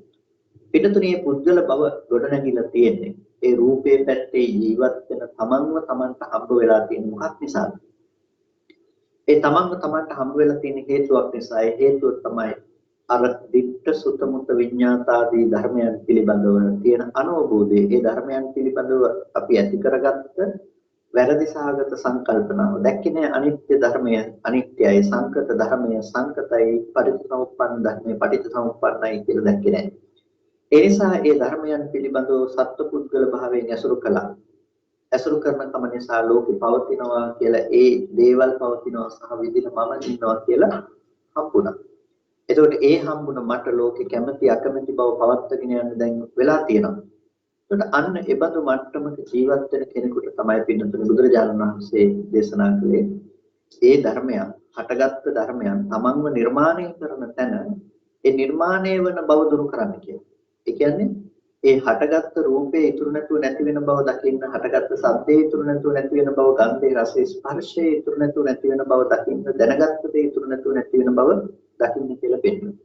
එතකොට ඒක ඉතුරු නැතුව දකින්න කිව්වේ නිකම්ම නෙමෙයිනේ. ඒක සංකත ලක්ෂණයකින් යුක්ත නිසා තමයි සංකත ධර්මයේ පිළිබඳව ඒ නුවණ පවත්වන්න අපිට කියලා දුන්නේ. ඒ කියන්නේ සංකත ලක්ෂණයක්. ඒක කියනවා හටගත්තු ධර්මයේ ඉතුරු නැතුව නැති වෙනවා කියන මේ සංකත ලක්ෂණයක්. ඒක අපි කියනවා දුක්ඛ ලක්ෂණය කියලා. අනේ දුක්ඛ ලක්ෂණය තේරුම් ගැනීමෙන් දුක්ඛ ලක්ෂණය අවබෝධ කර ගැනීමෙන් එයාට විද්‍යාව උපදිනවා. ඒකත් නම් දුක්ඛ ලක්ෂණය තේරුම් ගැනීමම විද්‍යාව. එතකොට අන්න ඒ විද්‍යා ප්‍රතිලාභය නිසා එතනදී අවිද්‍යාව කියන දෙයට ඉඩක් නැති වෙනවා. හටගත්තු ධර්මයක් ඉතුරු නැතුව නැති වෙන බව අවබෝධය. එතකොට ඒ හා සමග Taman ජීවත් වෙන බව Tamanට හම්බ වෙන්නේ නැහැ. يعني Tamanට පිහිටා සිටින්න, Tamanට ජීවත් වෙන්න ලෝකයක් හම්බ වෙන්නේ.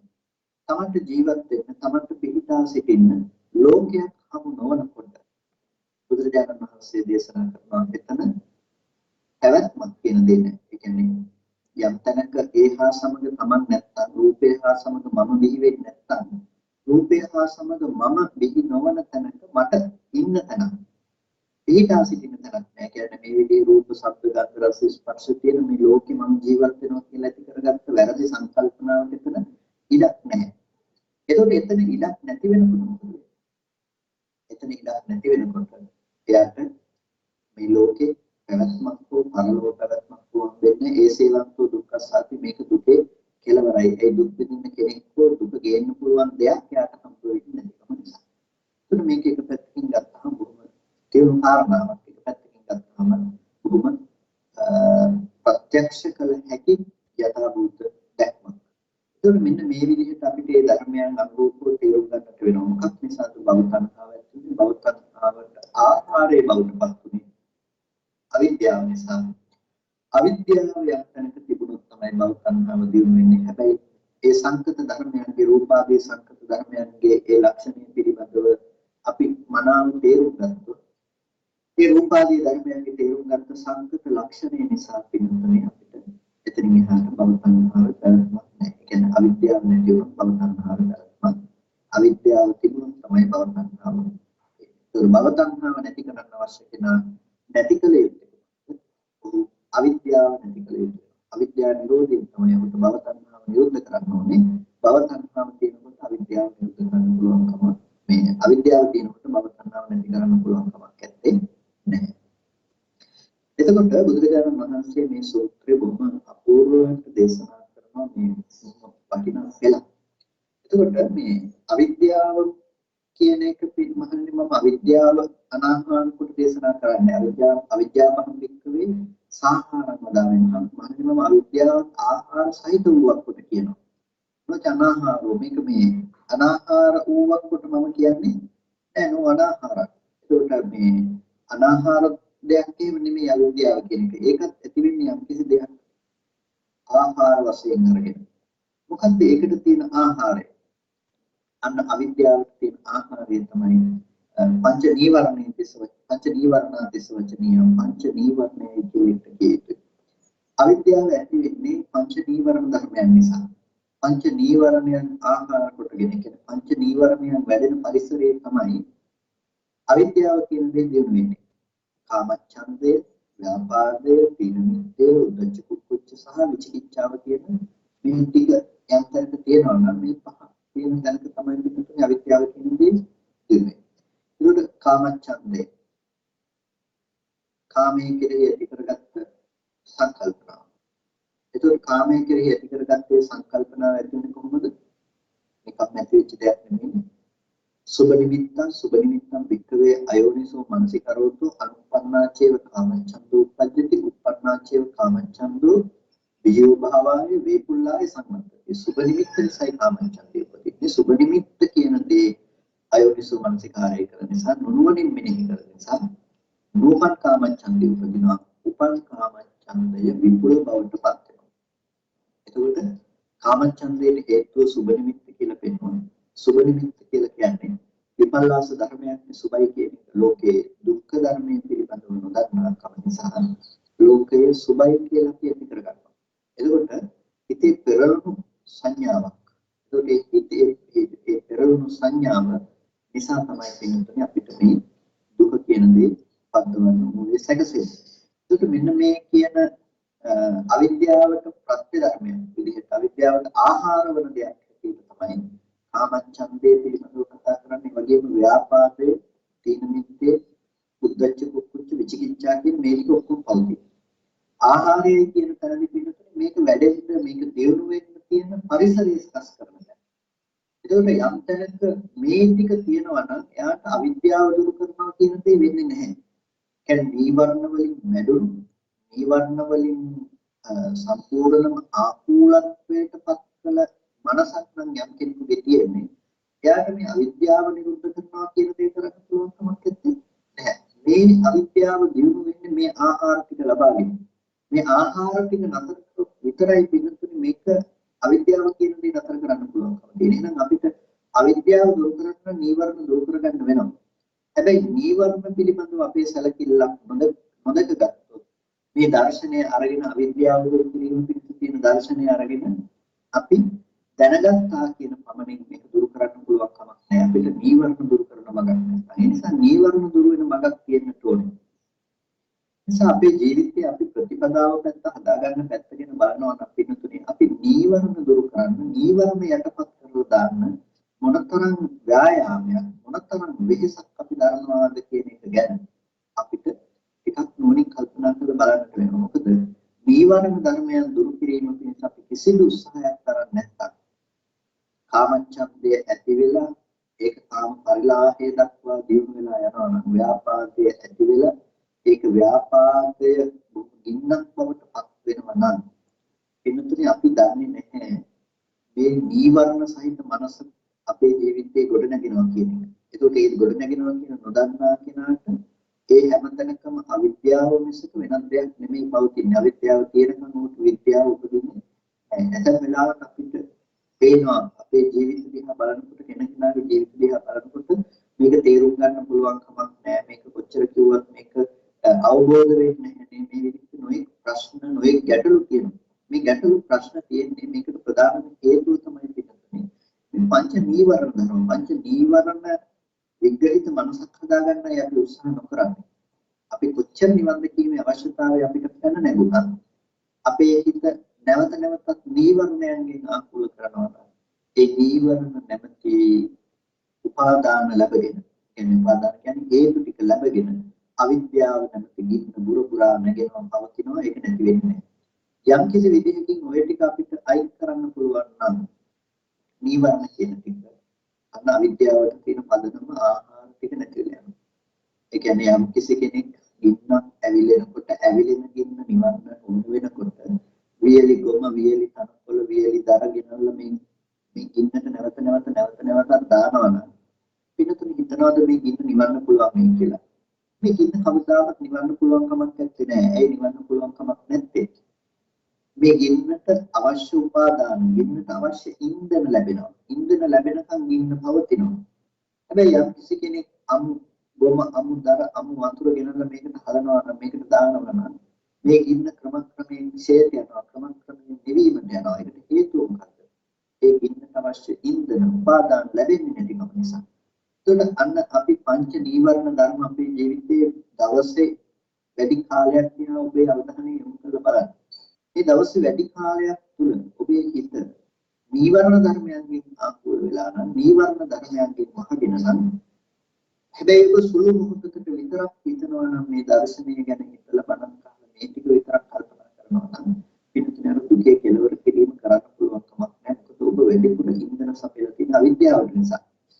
ඒ නිසා අපි වැඩිපුර අවිද්‍යාවට ඉන්ධන සපයන එක නතර කරලා අපි විද්‍යාවට අවශ්‍ය දේවල් සම්පාදනය කරනවා. ඒ කියන්නේ පංච නීවරණයන්ගෙන් අපේ හිත ආවරණය කරන්නට නොදී අපේ හොඳ මානසිකාරයක ඉන්නට අවශ්‍යයි. ඒ නිසා අපිට මේ මානසිකාරයේ ඉන්නට අවශ්‍ය නම් අපි දැනගන්න වෙනවා කොහොමද පංච නීවරණයන්ගෙන් අපේ මනස දුරු කරගන්නේ. පංච නීවරණයන්ගෙන් අපි හිත නිදහස් කරගන්නේ කොහොමද කියලා අපිට තේරුම් ගන්නට වෙනවා. බුදුරජාණන් වහන්සේ පංච නීවරණ මොකක් ආහාර කොටද පංච නීවරණ කියන දේ තුනේ කියන එක අපිට දේශනා කරනවා. මොකක් නිසාද මේ පංච නීවරණ ඇති වුනේ? තීනි දුච්චරිතානි තිස්ස වචනීය. පංච නීවරණයන් නැති වෙන්නේ හේතුවට කියන්නට ඕනේ ත්‍රිවිධ දුස්චරිතය නිසා. ඒ කියන්නේ කයින් කරන වැරදි, වචනයෙන් කරන වැරදි සහ මනසින් කරන වැරදි කියන මේ ත්‍රිවිධ දුස්චරිතය නිසා තමයි නීවරණ ධර්මයන් එන්න දිනුනේ. ත්‍රිවිධ දුස්චරිතය යම් කිසිමකට කියනවා නම් එතන නීවරණ වැඩෙනවමයි.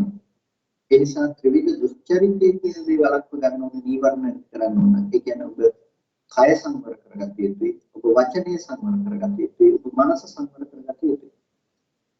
එතකොට කායික වාචික සංවරය කියන්නේ සීලය, මානසික සංවරය කියලා කියන්නේ ඒක ඒක සීලයේ පැත්තෙන් සහ අනිකුත් ශික්ෂා පද විදිහට නැති වුණා සීලයේ පැත්තෙන් කතා කරලා. මෙන්න ත්‍රිවිධ සංවරය. එතකොට මේ ත්‍රිවිධ සුචරිතය කියන දේ අපේ ජීවිතය තුළ ගොඩනගාගත්තොත් විතරයි අපිට පුළුවන්කම ලැබෙන්නේ නිවර්ණ යට කරන්න. හැබැයි ඒ ත්‍රිවිධ සුචරිතය අපි දියුණු කරන්නේ නැත්නම් අපිට පුළුවන් කමක් නැහැ නිවර්ණ දුරු කරන්න. ඒ නිසා ත්‍රිවිධ සුචරිත ධර්මයන්. ඒ කියන්නේ කයින් කරන අකුසල අපිට නතර කරගන්න වෙනවා. අර සමහර වෙලාවට අද කාලේ බොහෝ වෙලාවට ප්‍රසිද්ධ කරනවා නැත්නම් ප්‍රමෝට් කරනවා කාල බීල නිවන් දකින්න. ඒ කියන්නේ අර විවිධ ආගම් වල තියෙන සංකල්ප වගේ මේක ඇතුළේ මේ හොඳට කාල බීල හිටියම තමයි මේකේ නිෂ්ඨාව මේකේ කෙලවර දකින්න පුළුවන්කම තියෙන. මේ පැත්තේ තියෙන හොඳ අත්දැකීම් සහිත කෙනාට තමයි ඒක විඳලා දැන් ඇති කියලා හිතෙන්නේ කියලා කෙනෙක් සමහර වෙලාවට කල්පනා කරනවා. මෙන්න මේ කල්පනාවන් පවතින මේ යථාර්ථය පිළිබඳව නොදන්නාකම නිසා ත්‍රිවිධ දුස්චරිතය යම් කෙනෙක් තියෙනවා නම් ඔහුට නීවරණ ධර්මයන් එන්න වැඩි වෙනවා මිසක ඒ කෙනාට නීවරණ ධර්මයන් අඩු වෙන්නේ නැහැ. ඒ නිසා නීවරණ ධර්ම අඩු නොවන තාක් ඔහුට නිවන දකින්නට අවශ්‍ය කාරණා සම්පාදනය කරගන්න පුළුවන් කමක් නැත්තේ. අන්න ඒ නිසා අපි හොඳට තේරුම් ගත යුතුයි මෙතනදී දෙයක්. ඒ කියන්නේ මේ ලෝකයේ තුල අපිට තියෙන දුස්චරිතය කියන මට්ටමින් අපි ඉවත් වීම කියන දේ මූලික වශයෙන්ම කළ යුතුයි. ඒ නිසා සීලය ඒකට අපිට රැකවරණයක් සැලසෙනවා. ඒකට මේ සීලය කියලා කියන්නේ වෘත සමාදානයක් නෙමෙයි. මේ ශාසනය කියන ඒ සීලය කියන දේ තුල කික්මන්නේ නීවරණ ධර්මයන් යටපත් කරගන්නට අවශ්‍ය පරිසරය හදා ගන්න ඕන නිසා. ඒ නිසා සීලය කියන දේ මේ ශාසනයේ ප්‍රතිපදාවේ ඉතාම වැදගත් දෙයක්. ඒ ත්‍රිවිධ සුචරිතය කියන දේ අපේ ජීවිතය තුළ තියෙන්නට ඕන දෙයක්. ඒ ත්‍රිවිධ සුචරිතය කියන දේ නිකම්ම ඇති වුණු දෙයක් නෙමෙයි. ත්‍රිවිධ දුස්චරිතය කියන්නේ ත්‍රිවිධ දුස්චරිතය ඇති වුණේ හේතුවක් ඇතිව. එතකොට මොකද්ද මේ ත්‍රිවිධ දුස්චරිතයට ත්‍රිවිධ දුස්චරිතය ඇති වෙන්න තිබුණ හේතුව? ත්‍රිවිධ දුස්චරිතය ඇති වෙන්න තියෙන හේතුව තමයි ඉන්ද්‍රිය අසංවරතාවය කියන්නේ. යම් කිසි කෙනෙකුට ඉන්ද්‍රිය අසංවරතාවයක් තිබුණා නම් ඉන්ද්‍රිය අසංවර කෙනෙකුට ත්‍රිවිධ සුචරිතයේ හැසිරෙන්න පුළුවන් කමක් නැත්තේ. ඉන්ද්‍රිය අසංවරයි කියලා කියන්නේ ඇසෙන් රූප දකිනකොට රූපය පිළිබඳව තොරතෝංචියක් නැතුව Tamanට අදහස් වෙනවා නම් ශබ්ද අහනකොට ශබ්ද පිළිබඳව ඒ විදිහටම අදහස් වෙනවා නම් ගන්ධ රස ස්පර්ශ ආදී අරමුණු පිළිබඳව ඒ විදිහටම Tamanගේ හිතට අදහස් වෙනවා නම් පිටුතුනි හිත රකින්නවා කියන දේ. එතන ඉන්ද්‍රිය ධර්මයන් වහනවා කියන දේ කරන්න පුළුවන් කමක් නැත්තේ. දැන් මේ මහා ප්‍රවාහය මේ ద్వාරය වහලා නැති නිසා මේ ద్వාර වලින් ඇතුළට ගලාගෙන එනවා. මේ කුරු ගලාගෙන එනවා හොඳ දේවල් නරක දේවල් මේ ඔක්කොම ගලාගෙන එනවා. ඒ ඉන්ද්‍රිය සංවරයක් එතන. ඉන්ද්‍රිය සංවරය නැති තැනක තමයි පිටුතුනි කය වචනයන්ගෙන් තමන්ගේ ඉක්මවල යන්න පුළුවන්කම තියෙන්නේ. ඉන්ද්‍රියන්ගෙන් එන අරමුණු පිළිබඳව තමන්ට බෙදීමක් ඇත්තේ නැහැ. මේ දේවල් මම නතර කරනවා මේ දේවල් නොකළ යුතු දේවල් මේ දේවල් කළ යුතු දේවල් කියලා තමන්ට බෙදීමක් ඇත්තේ නැහැ. ඇයි එතනදී ඉන්ද්‍රිය භාවනාවක් නැහැ. ඉන්ද්‍රිය ධර්මයන් පිළිබඳව සලකා බැලීමක් නැහැ. ඒ ඉන්ද්‍රියන් පිළිබඳව සලකා බැලීමක් නැති නිසා ඉන්ද්‍රිය අනුසාරයෙන් හොඳ දේවල් සහ නරක දේවල් කියන මේ හැම දෙයක්ම ඇතුළට එනවා. ඇතුළට එනකොට තමන්ට තේරෙන්නේ නැහැ මේ දේවල් පිළිබඳව කටයුතු කරන්න. එතකොට මොකද වෙන්නේ? මේ දේවල් එක්ක තමන්ගේ හිත ව්‍යතික්‍රමණයට යනවා. නැතිනම් නැගී සිටලා ඒක තමාව ඉක්මවන තැනටපත් වෙනවා. ඒ කියන්නේ දුස්චරිතයට පදනම හැදලා දෙනවා. ඒ නිසා දුස්චරිතයට පදනම හදලා දෙන තැනක ඉන්ද්‍රිය අසංවරතාවය තමයි මූලිකත්වය ගන්න. ඉන්ද්‍රිය අසංවරතාවය ආහාර කරගෙන තමයි ත්‍රිවිධ දුස්චරිතයේ වෙලාවකදීම සිද්ධ කරන්නේ. ඇහැට පේන දෙයක් පිළිබඳව ඔබට පුළුවන් කමක් නැත්නම් සංවරය කියන දේ උපදව ගන්න. ඒ ඇහැට පේන දේ අරපය ඔබට ලෝභය කියන දේෙන් ඔබේ හිත ආකූල වෙනවා. ලෝභය කියන දේෙන් හිත ආකූල වෙනකොට ඔබට ඒ බාහිර භෞතික වස්තුන් අවශ්‍ය වෙනවා. ඒ දේ විඳීම සඳහා ඒක අනුරූපව ඊට අවශ්‍ය පරිදි ඔබ කටයුතු කරනවා. ඒක කායික දුස්චර්යයන් සිද්ධ කිරීම සඳහා ඔබ මෙහෙයවිලා තියෙන්නේ මූලිකම දේ තමයි පින්නතුනේ ඔබ මුලින්ම ඉන්ද්‍රිය සංවරය උපදවගත්තේ නැතිකම නිසා. ඒ නිසා චක්කුණා රූපං දිස්වා නනිමිත්තං කාහි පෝතිනානුබෙන්නං කාහි ඇසින් රූප දැකලා නිමිති අනුනිමිති විදිහට ගන්නට එපා. එපා කියලා බුදුරජාණන් වහන්සේ ඉන්ද්‍රිය සංවරය පිළිබඳව දේශනා කරේ. කියන්නේ යත්වාලිකරණ මේතං චක්කු ඉන්ද්‍රිය අසංයුක්තං විහෙරතු. යම් කිසි දෙයක් නිසා චක්කුව අසංවරව වාසය කිරීමෙන් උපදිනවා නම් අවිද්‍යාව, දෝමනස් ආදී අකුසලයන් උපදිනවා නම් ඒ අකුසල ධර්මයන් උපදින විදිහට වාසය කරන්න එපා කියලා අපිට දේශනා කරනවා. ඉන්ද්‍රිය සංවරය පිළිබඳව. ඒතකොට ඉන්ද්‍රිය අසංවරය පිළිබඳව අපි කතා කළොත් එහෙනම් අපි ඇහෙන් ගත්ත අරමුණු නිමිති අනුනිමිති විදිහට තියාගන්න එක ලස්සනයි. ඒක හොඳයි. ඒක වටිනා දෙයක්. ඒ දෙයක් තබා ගන්න තියෙනවා නම් හොඳයි. දැන් තමන්ට පුළුවන් අර දැකපු අහපු විදපු නිමිති ගැන තලු මරමින් තමන්ගේ හිතේ පිළිබඳව කල්පනා කර ඉන්න. ඒතකොට එහෙම කල්පනා කර ඉන්නකොට ඒ තලු මරමින් කල්පනා කරමින් අපි ඒ නිමිති පිළිබඳව හැසිරෙනකොට අන්න අපිට දුස්චරිතයන් අපිව පෙළඹෙනවා. දුස්චරිත කරා අපිව අරගෙන යනවා. එහෙනම් දුස්චරිතයන්ට තියෙන හේතුව මොකක්ද පින්නතුනේ? ඒ දුස්චරිතයන්ට තියෙන හේතුව තමයි ඉන්ද්‍රිය අසංවරතාවය කියන්නේ. ඉන්ද්‍රිය සංවරය නැතිකම. ඉන්ද්‍රිය සංවරයක් තිබුණා නම් දුස්චරිතයන් සිද්ධ වෙන්නේ නැහැ. එතකොට ඒ ඉන්ද්‍රිය සංවරය කියන දේ අපිට ඇති කරගත යුතු වෙනවා. මේ ශාසනයේ හිටපු දානම තෙරුණාසෙනම ඉන්ද්‍රිය සංවරය තිබුණ තෙරුණාසෙන නන්ද තෙරුණාසෙ කියලා. මේ කල පැවැත්ම තුළ ඉතාම කාමභෝගී ජීවිතයක් ගත කරපු නන්ද තෙරුණාසෙ තමයි මේ ශාසනයේ ඉන්ද්‍රිය සංවරත්වයේ අග්‍රතම. ඉන්ද්‍රිය සංවරය ඉන්ද්‍රිය සංවර කරගත්ත භික්ෂුන් වහන්සේලා තුන ප්‍රධාන භික්ෂුන් වහන්සේ. මොකද හේතුව බුදුරජාණන් වහන්සේ නොඑක අවස්ථාවල වර්ණනා කරන නන්ද තෙරුණාසේගේ ඉන්ද්‍රිය සංවරය පිළිබඳව. ඉදිරිපස බලන්න පෙරම නන්ද තෙරුණාසේට සිහියක් තියෙනවා. මගේ හිතට රාග, ද්වේෂ, මෝහ සහගත අරමුණු දැස නොගනීවා, නිමිති අනිමිති වශයෙන් නොගනීවා කියලා තියෙන චේතනාව නන්ද තෙරුණාසේට ඇති වෙනවා. මේ නන්ද තෙරුණාසේගේ ඉන්ද්‍රිය සංවරය අන්න ඒ වගේ දෙයක්. ඒතුනේ මොනතරම් ඉන්ද්‍රිය සංවරයක් තියෙනවා. ඒ නිසා මේ ඉන්ද්‍රිය සංවරතාවය කියන එක තිබුණොත් එතන දුස්චරිතයට කොයිම වෙලාවකවත් ඉඩක් නැත්තේ නැහැ. ඒ නිසා ඉන්ද්‍රිය සංවරය ජීවිතයට අවශ්‍ය දෙයක්. ඒ වගේම ඉන්ද්‍රිය සංවරය කියන එකත් ආහාර සහිතයි. ඉන්ද්‍රිය සංවරය ඇති කරගන්න දෙයක් කරන්න දෙයක් තියෙනවා. ඒකට ඉන්ද්‍රිය අසංවර වෙලා තියෙන දෙයක් නොකර ඉඳීම තුළ මොකක් නිසාද ඉන්ද්‍රිය අසංවරතාවය ඇති වුනේ? අසාත සම්පජඤ්ඤය. අසාත අසම්පජඤ්ඤය. එවත් නැත්නම් අසති අසම්පජඤ්ඤය කියලා කියනවා. සිහිය නැතිකම සහ නුවණ නැතිකම. රූපේසු දිස්සා සතිමුත්තා පිය නිමිත්තං මනසිකරෝතු. රූප දැකලා ඒ රූප පිළිබඳව සතිමුත්තා සිහි මුලාවෙන් පිය නිමිත්තං මනසිකරෝතු ප්‍රිය විදිහට නිමිති විදිහට අරගෙන කල්පනා කරනවා. එතකොට අන්න ඒ සිහි මුලා බව යම් තැනක තිබුණා නම් සිහි මුලා බව තමයි පිටුනේ අර ප්‍රිය නිමිති වශයෙන් රූපේ රැස් කරගන්න හේතුනේ. එහෙනම් මේ අසතිය සහ අසම්පජඤ්ඤය කියලා කියන නුවණ නැතිකම කියලා. මේ සිහිය සහ නුවණ නැතිකම තමයි ඉන්ද්‍රිය සංවර කරගන්නට බැරි වෙන්න තියෙන ප්‍රධානම හේතුව. ඒ සිහිය සහ නුවණ නොපවත්වන කම අපිට ඉවත් කරගන්නට වෙනවා. ඒ කියන්නේ සිහිය සහ නුවණ පවත්වන්නට වෙනවා. මේ කාරණාව ඉන්ද්‍රිය සංවර කරගන්නට නම්. සිහි මුලා බව කියලා කියන්නේ නුවණ නැතිකම කියලා කියන්නේ පිටුනේ මේ නගරයේ රැකීම සඳහා දක්ෂ දොරටු පාලකයෙක් නැහැ කියන එක. මේ නගරය ඇතුළට පොරු මංකොල්ලකාරයෙක් එනවා. ඒ අය රිසිසේ යනවා. එතකොට පොරු මංකොල්ලකාරයෝ මේ නගරෙට ඇවිල්ලා රිසිසේ යනකොට නගරේ තියෙන වටිනා දේවල් ඉතුරු වෙන්නේ නැහැ. ඒ වටිනා දේවල් හොරකම් කරගෙන තමයි පොරු සහ මංකොල්ලකාරයෝ යන්නේ. අන්න ඒ වගේ තමයි පිටුනේ මේ ඉන්ද්‍රිය අසංවරතාවය කියලා කියන්නේ කෙනෙකුට ඒ හොඳ දේවල් සහ නරක දේවල් ඇතුල් වෙලා කරන අරමුදයන් වගේ. එතකොට ඒකට හේතුව තමයි ශක්තිමත් දොරටු පාලකයෝ නැතිකම. ඒ කියන්නේ මේ ద్వාර පාලනය සඳහා ඉන් අය ඇත්තේ නැහැ. ඒ දොරටු පාලකයෝ කවුද? සිහිය සහ නුවණ කියන එක.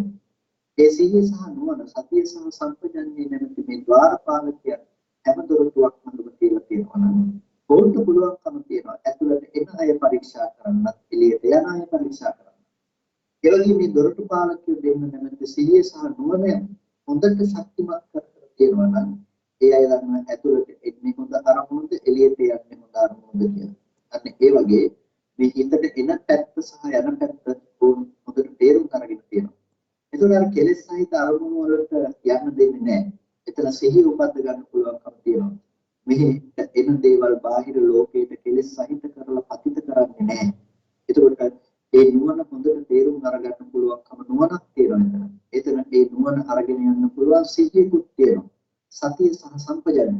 සතිය සහ සම්පජන්‍ය කියන ඒකලාට පිටුනේ ලෝකයේ කිසිම විදිහකින් බාධාවක් නැත්තේ නෑ. මේ දේවල් කරගෙන යන සඳහා ඒ කියන්නේ ලෝකෝත්තර මාර්ගයේ වඩන්න බාධාවක් නැත්තේ නෑ. මොකද එයාට ඉන්ද්‍රිය සංවර කරගන්න වෙන්නේ නෑ. ඉන්ද්‍රිය සංවරයට තියෙන හේතු යානට කරලා තියෙනවා සිහිය සහ නුවණ වැඩි වීම.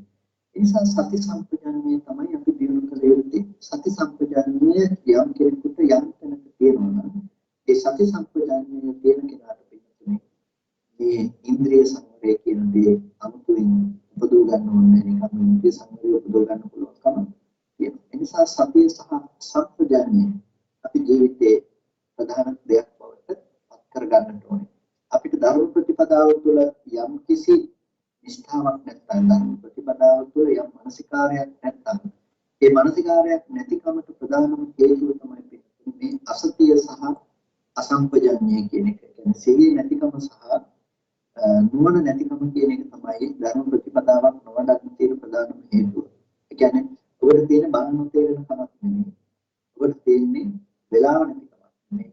ඔබට තියෙන්නේ ලැබෙන හැම වෙලාවකදීම සිහිය සහ නුවණ නොපවත්වන කම කියන එක තමයි ප්‍රධාන විදිහටම ජීවිතේ තියෙන්නේ. එතකොට මේ අසතිය අසම්පජන්‍ය ආකාර සහිතයි. ඒක හටගන්නේ හේතු ටිකක් තිබිලා. හේතු ටික නැතුව නෙමෙයි. මොනවද මේ අසතිය සහ අසම්පජන්‍ය ඇති වෙන්නේ හේතුව? අසතිය සහ අසම්පජන්‍ය ඇති වෙන්නේ හේතුව තමයි පිටුනේ. අයෝනිසෝ මනසිකාරය කියලා කියන්නේ. නුනුවණින් කරන මෙනෙහි කිරීම. නුනුවණින් කරන මෙනෙහි කිරීම නිසා ඔහුට කොයිම විදිහකටවත් සිහි නුවණ උපදවන්න පුළුවන් කමක් නැත්තේ. ඔහු දන්නේ නැහැ හොඳ අරමුණු නරක අරමුණු කියන්නේ මොනවද? ඒවා හොඳට නුවණින් සම්මර්ෂණය කරන්න දෙන්නේ නැහැ. සිහිය පවත්වන්නේ මොන දේවල් ගැනද කියලා එයා දන්නේ නැහැ. මේ සිහිය පැවැත්විය යුතු තැන නොදන්නා කෙනාට සිහිය පැවැත්විය යුතු ආකාරය පිළිබඳව නොදන්නා කෙනාට පින්තුනි අන්න ඒ නුනුවණින් කරන වැරදි මෙනෙහි කිරීම නිසා තමයි අර අසතිය සහ අසම්පජන්‍ය කියන දෙකේ වැඩිම දියුණුව වෙන්නේ. ඒ නිසා නුනුවණින් මෙනෙහි කිරීම ආහාර කොට තමයි අසති අසම්පජන්‍යයන්ගේ මේ පැවැත්ම තියෙන්නේ.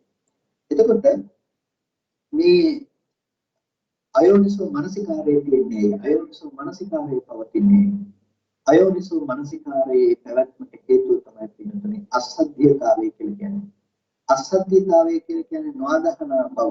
නැතිනම් බුදුරජාණන් වහන්සේ ධර්මයේ සංග්‍රහ පිළිබඳව පවත්නා අශ්‍රද්ධාව, මාර්ගයේ ප්‍රතිපදාව ශික්ෂාව පිළිබඳව පවත්නා අශ්‍රද්ධාව. එතකොට ඒ පිළිබඳව සැදැහැති බවක් නැහැ. ඔහු දන්නේ නැහැ මේ මගින් ගිය දුක නැති කරන්න පුළුවන් කියලා. ඒ වගේම මේ දුක නැති කළ උත්තරමයන් වහන්සේලා හිතේ කියලා දන්නේ නැහැ. ඒ නිසා ඔහුගේ හිතේ අශ්‍රද්ධාව තියෙනවා. අශ්‍රද්ධාව නිසා තමයි එයාගේ හිතේ යෝනිසෝ මනසිකාරය කියන දේ ඇති වෙන්නේ. මොකද යෝනිසෝ මනසිකාරය කරන්න තරම් යනට ශ්‍රද්ධාවක් නැහැ. එයාට ප්‍රතිපදාව පිළිබඳ ඇදහිීමක් නැහැ. එයාට ධර්මයේ පිළිබඳ පිළිගැනීමක් නැහැ. ඒ ධර්මයේ පිළිබඳ ඇදහිීමක් පිළිගැනීමක් නැති ඒ අශ්‍රද්ධාවට මෙතනින් එහාට ධර්ම වැඩිමක් නැහැ. ඒ නිසා යම් කිසි කෙනෙකුට යෝනිසෝ මනසිකාරය නැත්නම් යෝනිසෝ මනසිකාරය නැති බවට තියෙන ප්‍රධාන හේතුව මොකද්ද? එයාගේ ශ්‍රද්ධාව නැතිකම. ශ්‍රද්ධාව තිබුණා නම් එයාට යෝනිසෝ මනසිකාරය පිටව ගන්න පුළුවන්. ඒතකොට ශ්‍රද්ධාව කියන දේ ඇති උනේ ශ්‍රද්ධාව කියන දේ අහේතුකව ඇති වුණ දෙයක් නෙමෙයි. ශ්‍රද්ධාව කියන දේ අප්‍රත්‍යක්ෂව ඇති වුණ දෙයක් නෙමෙයි. ඒකත් ඇති උනේ හේතුවක් ඇතුව උපත් ඒක හේතුව.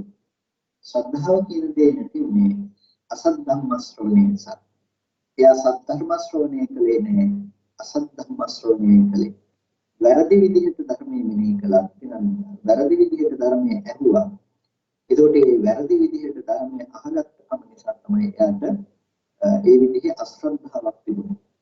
එක්ක වැරදි විදිහට අහගත්ත ධර්මයේ කියන්නේ ලෝකෙ තුල ඔබට එක්ක මේ කාමාදී සම්පත් තමයි වටින්නේ මේ ඉන්න ටිකේ මේ දේවල් විතර මේ ටික යහපත් විදිහට විතර මේ ඉන්න ටිකේ සතුටින් ගියාම ඇති කියලා අහගත්ත කෙනෙකුට එතනින් එහාට දෙයක් ඔබට ඇත්තේ ඔබ දන්නේ යෝනිසෝ මනසිකාරය මොකක්ද යෝනිසෝ මනසිකාරය මොකක්ද දුර සිහිය මොකක්ද මොකද්ද සම්පජාඤ්ඤය මොකද්ද මේ කිසිම දෙයක් පිළිබඳව උන්ට අවබෝධයක් ඇත්තේ නැහැ.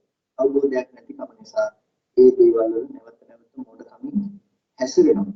ඒ නිසා ඒකට ප්‍රධානම හේතුව තමයි එයාට නිවැරදිව ධර්ම ශ්‍රවණය කරන්න අවකාශය සැලසিলা.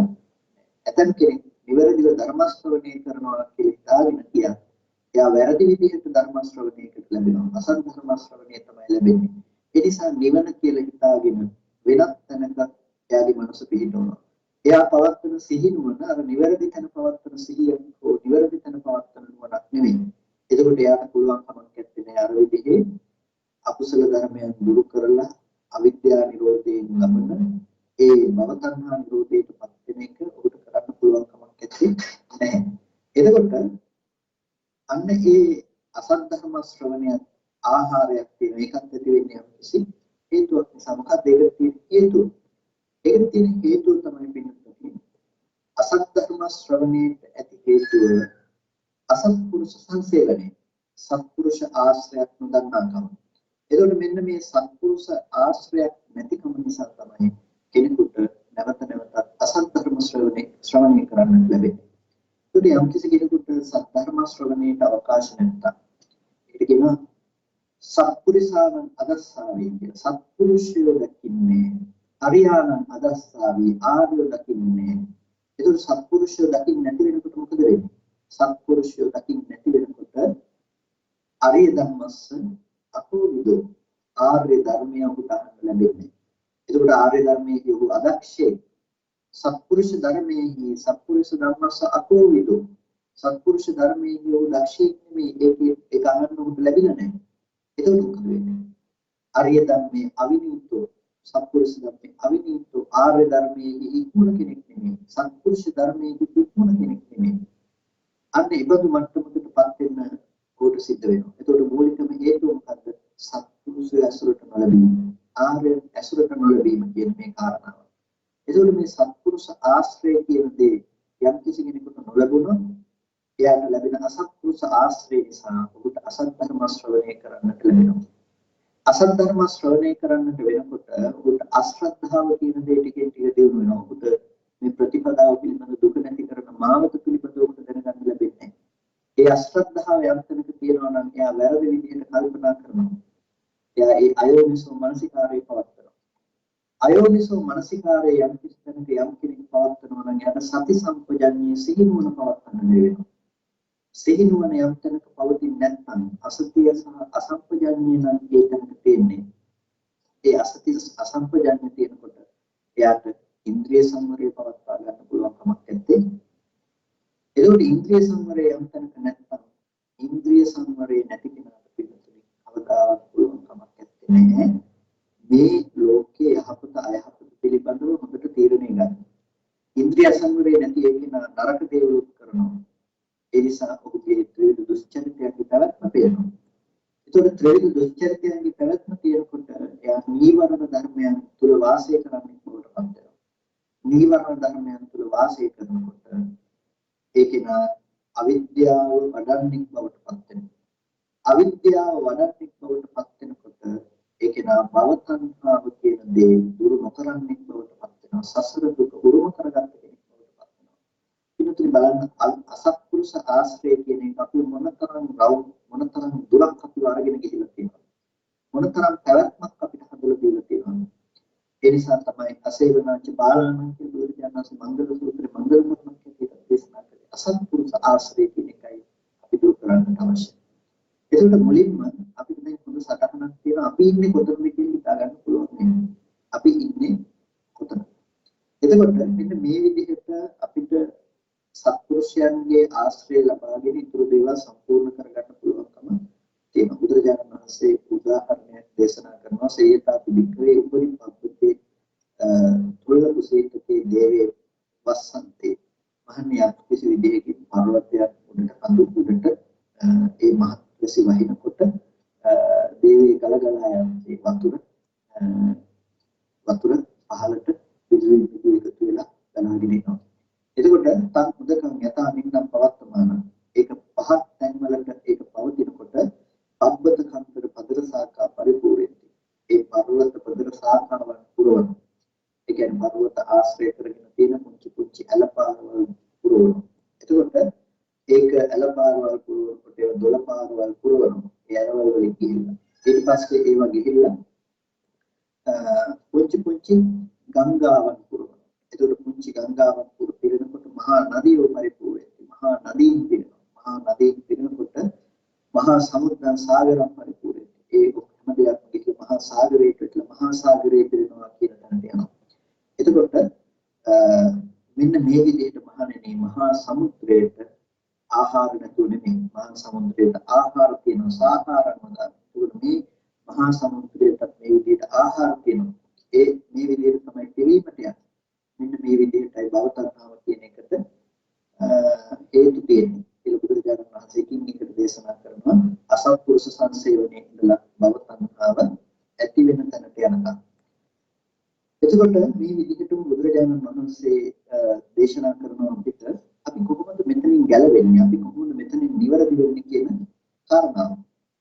එතකොට යම් කිසි කෙනෙකුට අපි වරද්දගත්ත තැන අසත්පුරුෂ ආශ්‍රය ඒ නිසා අපිට සත්පුරුෂ ආශ්‍රය උපදව ගන්නට වෙනවා. සත්පුරුෂ ආශ්‍රය අපිට ඉපදෙනකොට සත්පුරුෂය උපද කරන්නේ සත්පුරුෂ ධර්ම කියලා දෙනවා.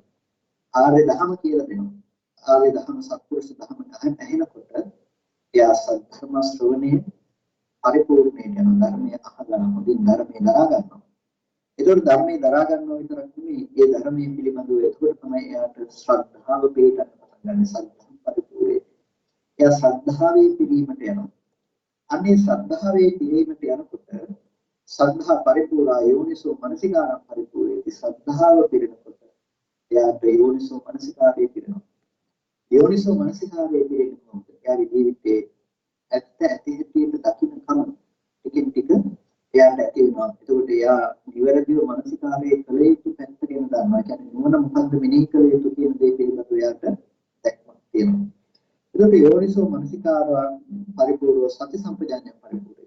ඒකට යෝනිසෝ මනසිකාරය එයා දියුණු කරනකොට ඒ යෝනිසෝ මනසිකාරය දියුණු කිරීම නිසා එයා සති සම්පජාඤ්ඤයෙන් දියුණු කරනවා. සති සම්පජාඤ්ඤය වඩනවා. නුවණින් මෙනෙහි කරනකොට මොකද වෙන්නේ? යහපත අයහපත පිළිබඳව උඩ විනිශ්චය කරගන්න පුළුවන්කම තියෙනවා. යහපත අයහපත පිළිබඳව විනිශ්චය කරගන්නකොට එයාට ඒ හොඳ නරක තේරුම් අරගෙන අර ලක්ෂ්‍ය දොරටු පාලකයෝ දෙන්නේ දොරටු ළඟ තියන්න පුළුවන්කම තියෙනවා. ඒ එයාට හොඳ විනිශ්චයක් තියෙනවා. දොරටු පාලකයන්ට හොඳ විනිශ්චයක් තියෙනවා. හොඳ අය කවුද නරක අය කවුද කියලා. අන්න ඒ විනිශ්චය සහිතව තමයි දොරටු පාලකයෝ දැන් ඉන්නේ. ඒ අයට පුළුවන් යන එන අරමුණු ගැන බලන්න. යන එන අරමුණු ගැන බලනකොට හොඳ දේවල් විතරක් ඇතුල් කරගෙන නරක දේවල් නතර කරලා ගන්න එයාට පුළුවන්කම තියෙනවා. ඒ නිසා තමයි යම් කිසි කෙනෙකුට ඒ විදිහට යෝනිසෝ මනසිකාරයේ තිබුණොත් ඒ යෝනිසෝ මනසිකාරයේ තියෙන කෙනා සතිය සහ සම්පජාඤ්ඤය පුරවනවා කියලා කියන්නේ. ඒතකොට සති සම්පජාඤ්ඤය යම් කිසි කෙනෙක් පුරවනකොට එයා මොකද වෙන්නේ? අර ඉන්ද්‍රියයන්ගෙන් වැරදි දේවල් එන්නේ නැහැ. ඒ හොඳ දක්ෂ දොරටු පාලකයෝ දෙන්නේ කියලා තියෙනවා. එතන දොරටු වලින් වැරදි අය අතුල් වෙන්නේ නැහැ. ඒක කියනවා ඉන්ද්‍රිය සංවරයෙන් යුක්තයි කියලා. ඒ වගේම ඉන්ද්‍රිය සංවරය යම් කිසි කෙනෙක් පුර තියනවා නම් ත්‍රිවිධ සුචරිතාන් පරිපූර්ණයි. ත්‍රිවිධ සුචරිත පුරවන. ත්‍රිවිධ සුචරිතය කියලා කියන්නේ ඔහුගේ කය වචන මනසෙන් ඔහුට නොදැනී අකුසල සිද්ධ වෙන තැනට ඔහුපත් කරන්නේ නැහැ. තරහා ගිහිල්ලා සතෙකුට ගහලා මදුරුවට ගැහුවට පස්සේ නෙමෙයි ඔහුට සිහිය. ඒකට ඔහු දන්නවා ඉන්ද්‍රිය අසංවරය කියන දෙයට ඔහුපත් වෙන්නේ ඔහුට එතන සිහිය සහ නුවණ තියෙනවා. ඒකට ඒ විදිහට තමාව ඉක්මවා යන මට්ටමට ත්‍රිවිධ දුස්චරිත තමාගෙන් සිද්ධ නොවන මට්ටමට ඇති කරගත්ත ත්‍රිවිධ සුචරිතයේ තුල පිහිටපු මනා සීල ප්‍රතිපදාවක් ඔහුට තියෙනවා. සීලයේ තුල පැවතින පැවැත්මක් තියෙනවා. එතකොට ඒ සීලයේ තුල පිහිටපු කෙනාට එයාට පෙනෙනවා හිතේ තියෙනවා මොනවද? පංච නීවරණ ධර්මයන් තියෙනවා. පංච නීවරණ ධර්මයන් දුරු කළ ගත යුතුයි. නැත්නම් මේ කෙලෙස් ටික තිබුණොත් මේ කෙලෙස් ටික තියෙනකම් මට පුළුවන් කමක් නැහැ නිවනට යන්න. මේ කෙලෙස් ධර්මයන් දියුණු වෙන්න මොකද වෙන්නේ? මේ ත්‍රිවිධ සුචරිතය තියාගෙන ඉන්න පුළුවන් කමක් නැත්තේ. දුස්චරිතය තමයි වෙන්නේ. ඒ කියන්නේ කෙලෙස් බහුල වෙනකොට ඒ කෙලෙස් වල අපිට සීනුවන පවත්වන්න බැරි වෙනකොට ඒ තැන් වල අපිට ඒ දේවල් වල ප්‍රමාණය දන්නේ නැහැ. අපි ඉක්මවා ගිහිල්ලා තමයි එන්නේ. ඒ නිසා තමයි සීලයේ වැදගත්කම තියෙන පින්නතුනේ කය වචන දෙක සංවර කරන්න බැරි. ඒතර සීලයෙන් අපිට කය වචන දෙක සංවරය කරනවා. සීලයෙන් කය වචන දෙක සංවරයට මඟ තියෙනවා. කය වචන දෙක සංවරයට මඟ කියනකොට අපිට දැනෙන්න ගන්නවා මානසික අසංවරතාවය මොනවද? හිතට එන දේවල්. ඒකෝට දැන් Tamanට අකුසලයේ කරන්න හිතට කායික ඉක්මවා යෑමකට වාචසික ඉක්මවා යෑමට මනස කොහොමද මුල් වෙන්නේ කියන එක දැනෙන්න ගන්නවා. ඒ හිතේ ලෝභය ඇති වුණොත්, හිතේ ද්වේෂය ඇති වුණොත්, ඒ මොහේ ඇති වුණොත් තමයි මේ දේ ඉක්මවා යන්නේ කියලා Tamanගේ මනස තුළ ඇති වෙන සිතුවිලි Tamanට වැඩිපුර දැනෙන්න ගන්නවා. අන්න එතකොට එයාට මේ සිතුවිලි සමතේකටපත් කරගන්න ඕන වෙනවා. ඒ කියන්නේ මානසික සංවරත්වයකටපත් කරගන්න මතක් ඕන වෙනවා. අන්නේ මඟ තමයි පිටුතුන ඊට පස්සේ සතර සතිපට්ඨානය කියලා කියන්නේ. සීලයක පිටුපු කෙනා ඊට පස්සේ මොකද කරන්නේ? ඒ කෙනා සතර සතිපට්ඨානයේ ඊට වඩනවා. ඒ නිසා යම් කෙනෙකුගේ සීලය පිරෙනවා නම් ඒ සීලය පිරෙන්නේ සතර සතිපට්ඨානයේ ඊට වැඩිම තුල. එතකොට මේ සතර සතිපට්ඨානයේ ඊට වඩනකොට සතර සතිපට්ඨානයේ ඊට දියුණු කරනකොට එයා කාය වේදනා චිත්ත ධම්ම කියන මේ ස්ථාන හතරේ මනාව මානසිකාර්යය පවත්වනවා. මේ මානසිකාර්යය පවත්වනකොට එයාට සතිය ප්‍රධාන කරගත්ත සත්‍ය බොජ්ජංග ධර්ම පිරෙනවා. ඒකෝර සත්‍ය බොජ්ජංග ධර්මයන් එයා තුලින් පිරෙනකොට එයා තුල විද්‍යාව සහ විමුක්ති කියන ධර්මයන් සාක්ෂාත් වෙනවා.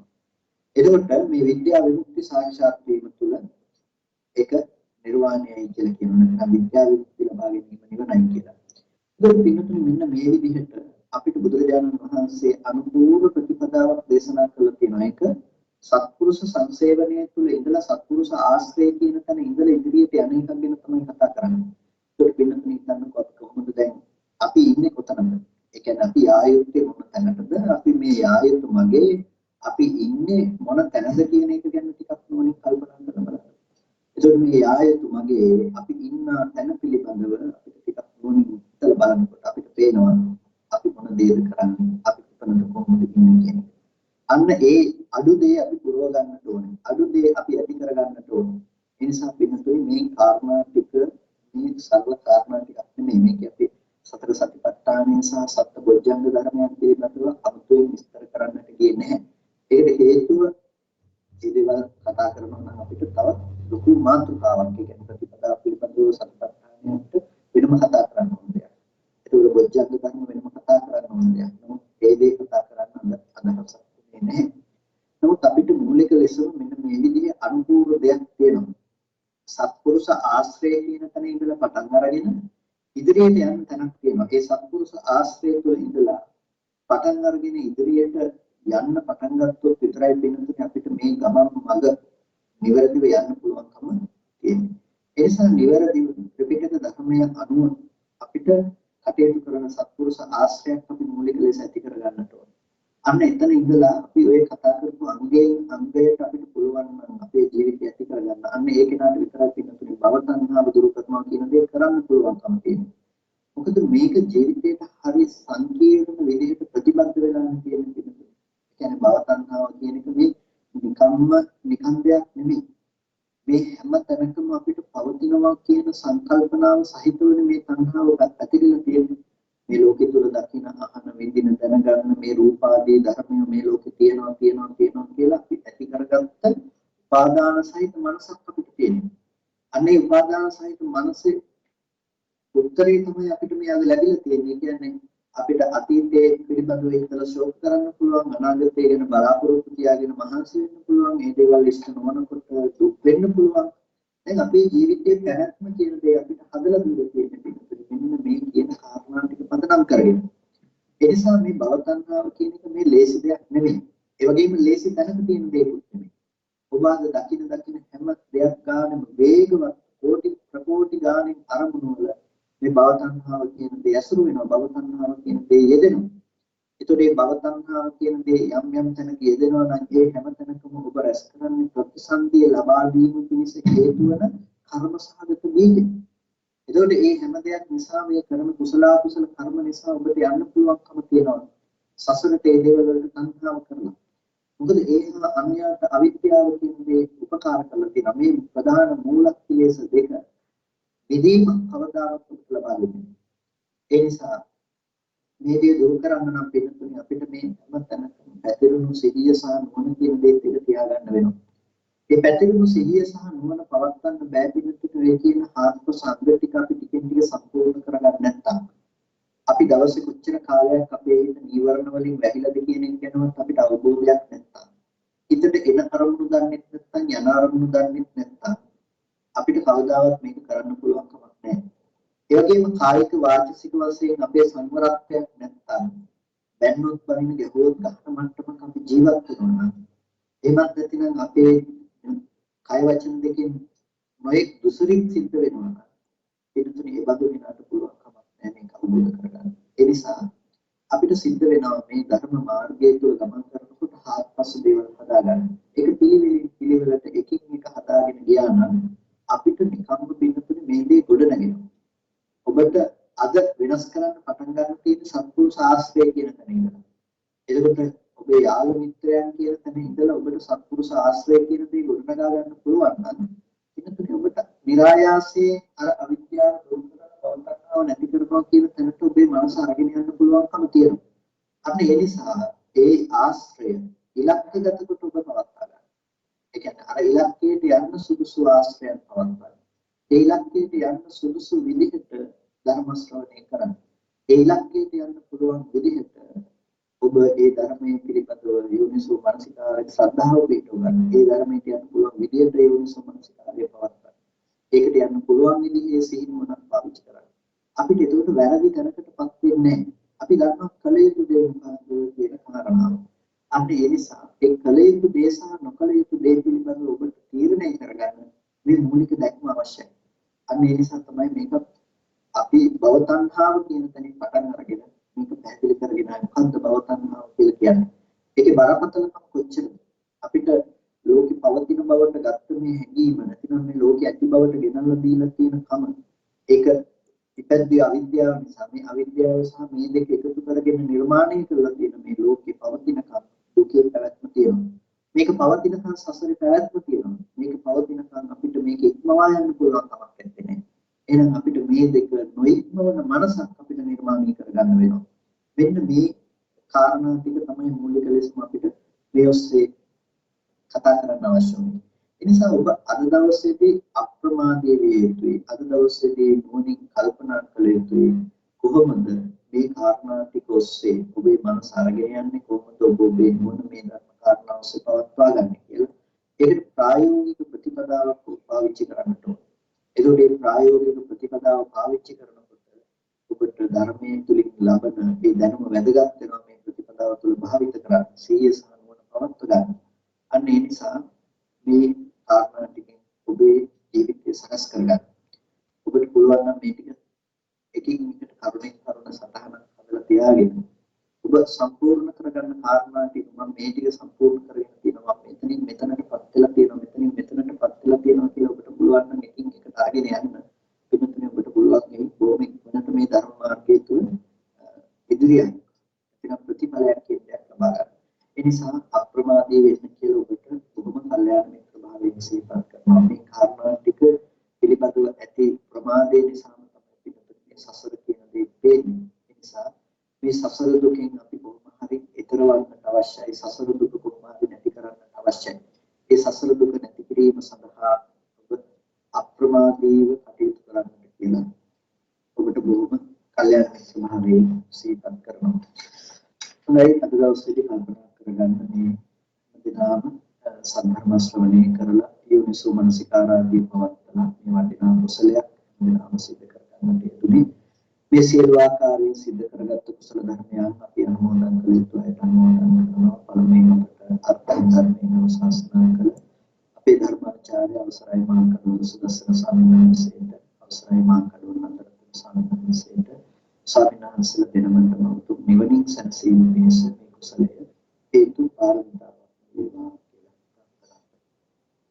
ඒ වගේම මේ සියලුම කුසල ශක්තිය අපි අනුමෝදන් කරනවා. සියලු දෙවියන්ට දෙවියෝ මේ පිළිසතුන් සාධනාවෙන් අනුමෝදන් කරනවා.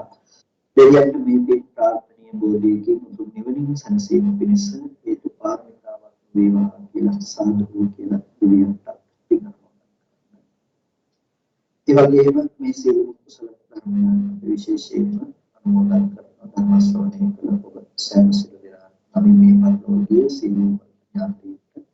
ඒ වගේම විශේෂයෙන්ම අද ධර්ම දේශනාවේ දායකත්වය කරන ඒ කන්නාවේ පදිංචි මාධව අමරසිංහ, පේරසා අමරසිංහ, ඒ වගේම විහාර දිහත් සාධකවල සහ දෙමව්පියන් ඇතුළු මේ පිරිස බලාපොරොත්තු වෙනවා ඒ සුජීවත්ව වෙසෙන දෙමව්පියන්ට ආශිර්වාද කරන්නට. ඒ වගේම රෝගාතුරව වෙසෙන පිටුමන්ලාට නිරෝගී සුවපත් බව ආදී ඒ සිත පතන්නට, ඒ වගේම මේ පරිලෝකීය ඥාතීන්ට පුණ්‍යානුමෝදනා කරන්නට. ඒ නිසා කල්පනා කරගන්නේ මේ පරිලෝකීය කෙලිස් පෙරේරා සීයාට, රිදිනා සමරවීර ආදීන්ට, සියලීරි සමරසිංහට, ඩබ්ලිව් මේරිනෝලා ආච්චි යන ඒ සියලුම පින්වත් ඒ පිරිසට අපි අනුපින් අනුමෝදන් කරමු. මෙලොව වශයෙන් සංසාරිකව බලාපොරොත්තු යම් කිසි ඥාති කෙනෙක් බලාපොරොත්තු වෙනවා නම් මේ පරිලෝකීය ඒ සෑම සියලු ඥාති වර්ගයාට මේ පින තමන් කළ පිනක් සතුටින් සාධනාවෙන් අනුමෝදන් ලැබේවා. ඒ හැම දිනකටම මේ පිටු නිවනින් සැනසෙන්නටම හේතු පාරමිතාවක් වේවා කියලා සාදු කියලා හැමදාම ඒ ඥාතියට පුණ්‍යානුමෝදනා කරන්නේ. ඒ වගේම ඒ පින්වත් පිරිස කන්නාවේ විසන ඒ මාධව අමරසිංහ, උපේක්ෂා අමරසිංහ, විහාර දිහස්සා දරුවන් ඇතුළු ඒ පින්වත් පිරිස බලාපොරොත්තු වෙනවා. ඒ මාධව මහත්මයාගේ දෙමව්පියන් වන ලයන අමරසිංහ පියතුමා, වයලන් විමලා මෑණියන්ට නිදුක් නිරෝගී සුවපත් බව ප්‍රාර්ථනා කරන්නට. ඒ වගේම උපේක්ෂා අමරසිංහ මහත්මියගේ දෙමව්පියන් වන රෝගාතුර වෙසෙන සෝමදාස ඉන්දුරුව පියතුමාට නිදුක් නිරෝගී සුව ප්‍රාර්ථනා කරන්නට. ශීලානි විමලසිරි මෑණියන්ට නිදුක් නිරෝගී චිරජීවනයේ ප්‍රාර්ථනා කරන්නට.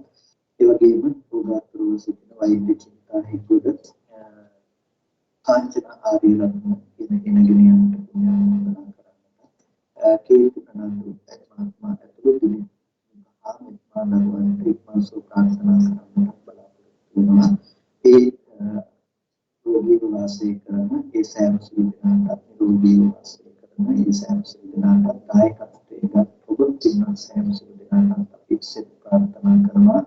මේ උතුම් ධර්ම දානය මේ ලෝකයට උදෙසා දීලා මේ සිද්ධ කරගත්ත මහානිසංස කුසල කර්මයේ බලයෙන් දිනාටම නිදුක් නිරෝගී සුවපත් බව චිරජීවනයේ සැලසේවා. කායික සැනසෙල්ල, මානසික සැනසෙල්ල උදා කරගෙන මා මහ නිවනින් සැනසෙන්නටම මේ කුසලයේ හේතු පාරමිතාවක් වේවා කියලා සම්පූර්ණ කියලා මම පිළිගන්නවා. ඒ වගේම මේ කටයුතු සඳහා සත්පුරුෂ බයින් සම්බන්ධීකරණ කටයුතු සිදු කරගෙන ඒ දායක වුණු අපේ පිටත් මහිමහත්මයා ඉමෑනියන් ඇතුළු මේ පවුලේ දරුවන්තුළු සියලුම දෙනාට, ඒ වගේම අපේ සේනාසනයේ සුපිත පුලිහාමුදුරුවෝ වහන්සේ ඇතුළු ඒ සියලුම සම්මානසේලාට පිළිගන්නවා කරනවා. හැම දිනකටම මේ තුන් කුසලයේ දුකට භයංකර දුක් සහිත සසරින් නිතරම අමා මහ නිවනින් සැනසීම පිණිසම හේතු පාරමිතාවක් වේවා කියලා සාදු කියන පිළිගන්නවා. හැම දිනකටම අවසරයි ස්වාමින් වහන්සේ. ශ්‍රී ලංකා බෞද්ධ සංගමයේ කල්ගරුවේ පිහිටි ශ්‍රී ලංකා බෞද්ධ සංගමය වෙනුවෙන් මම වහන්සේව අද ඉතාමත්ම ගෞරවයෙන් පිළිගන්න අතර මේ දේශනාවට දැන් දේශනාවේ අවසාන හරිය තියෙන්නේ. මුලදී අපිට පොඩ්ඩක් මේ සවුන්ඩ්ස් වල ටෙක්නිකල් ප්‍රශ්න වගේක් තිබ්බා. ස්වාමින් වහන්සේ ඔබ වහන්සේ ප්‍රශ්න කොච්චර තිබ්බත් දේශනාව ඉතා අනර්ග ලෙස කරා. මම දන්නවා බොහෝ දෙනෙක්ට අද දේශනාව ඉතා පැහැදිලිව තේරුම් ගන්න හැකි වුණා කියලා. ඒ කුසලානුභාවයෙන් ඔබ වහන්සේ ප්‍රාර්ථනා කරන්නා වූ උතුම් වූ බෝධියකින් උතුම් වූ නිර්වාණ සුවය සාක්ෂාත් කර ගැනීමට හැකි වේවායි කියලා මම ශ්‍රී ලංකා බෞද්ධ සංගමය වෙනුවෙන් ප්‍රාර්ථනා කරනවා. ස්තුතියි. තෙරුවන් සරණයි.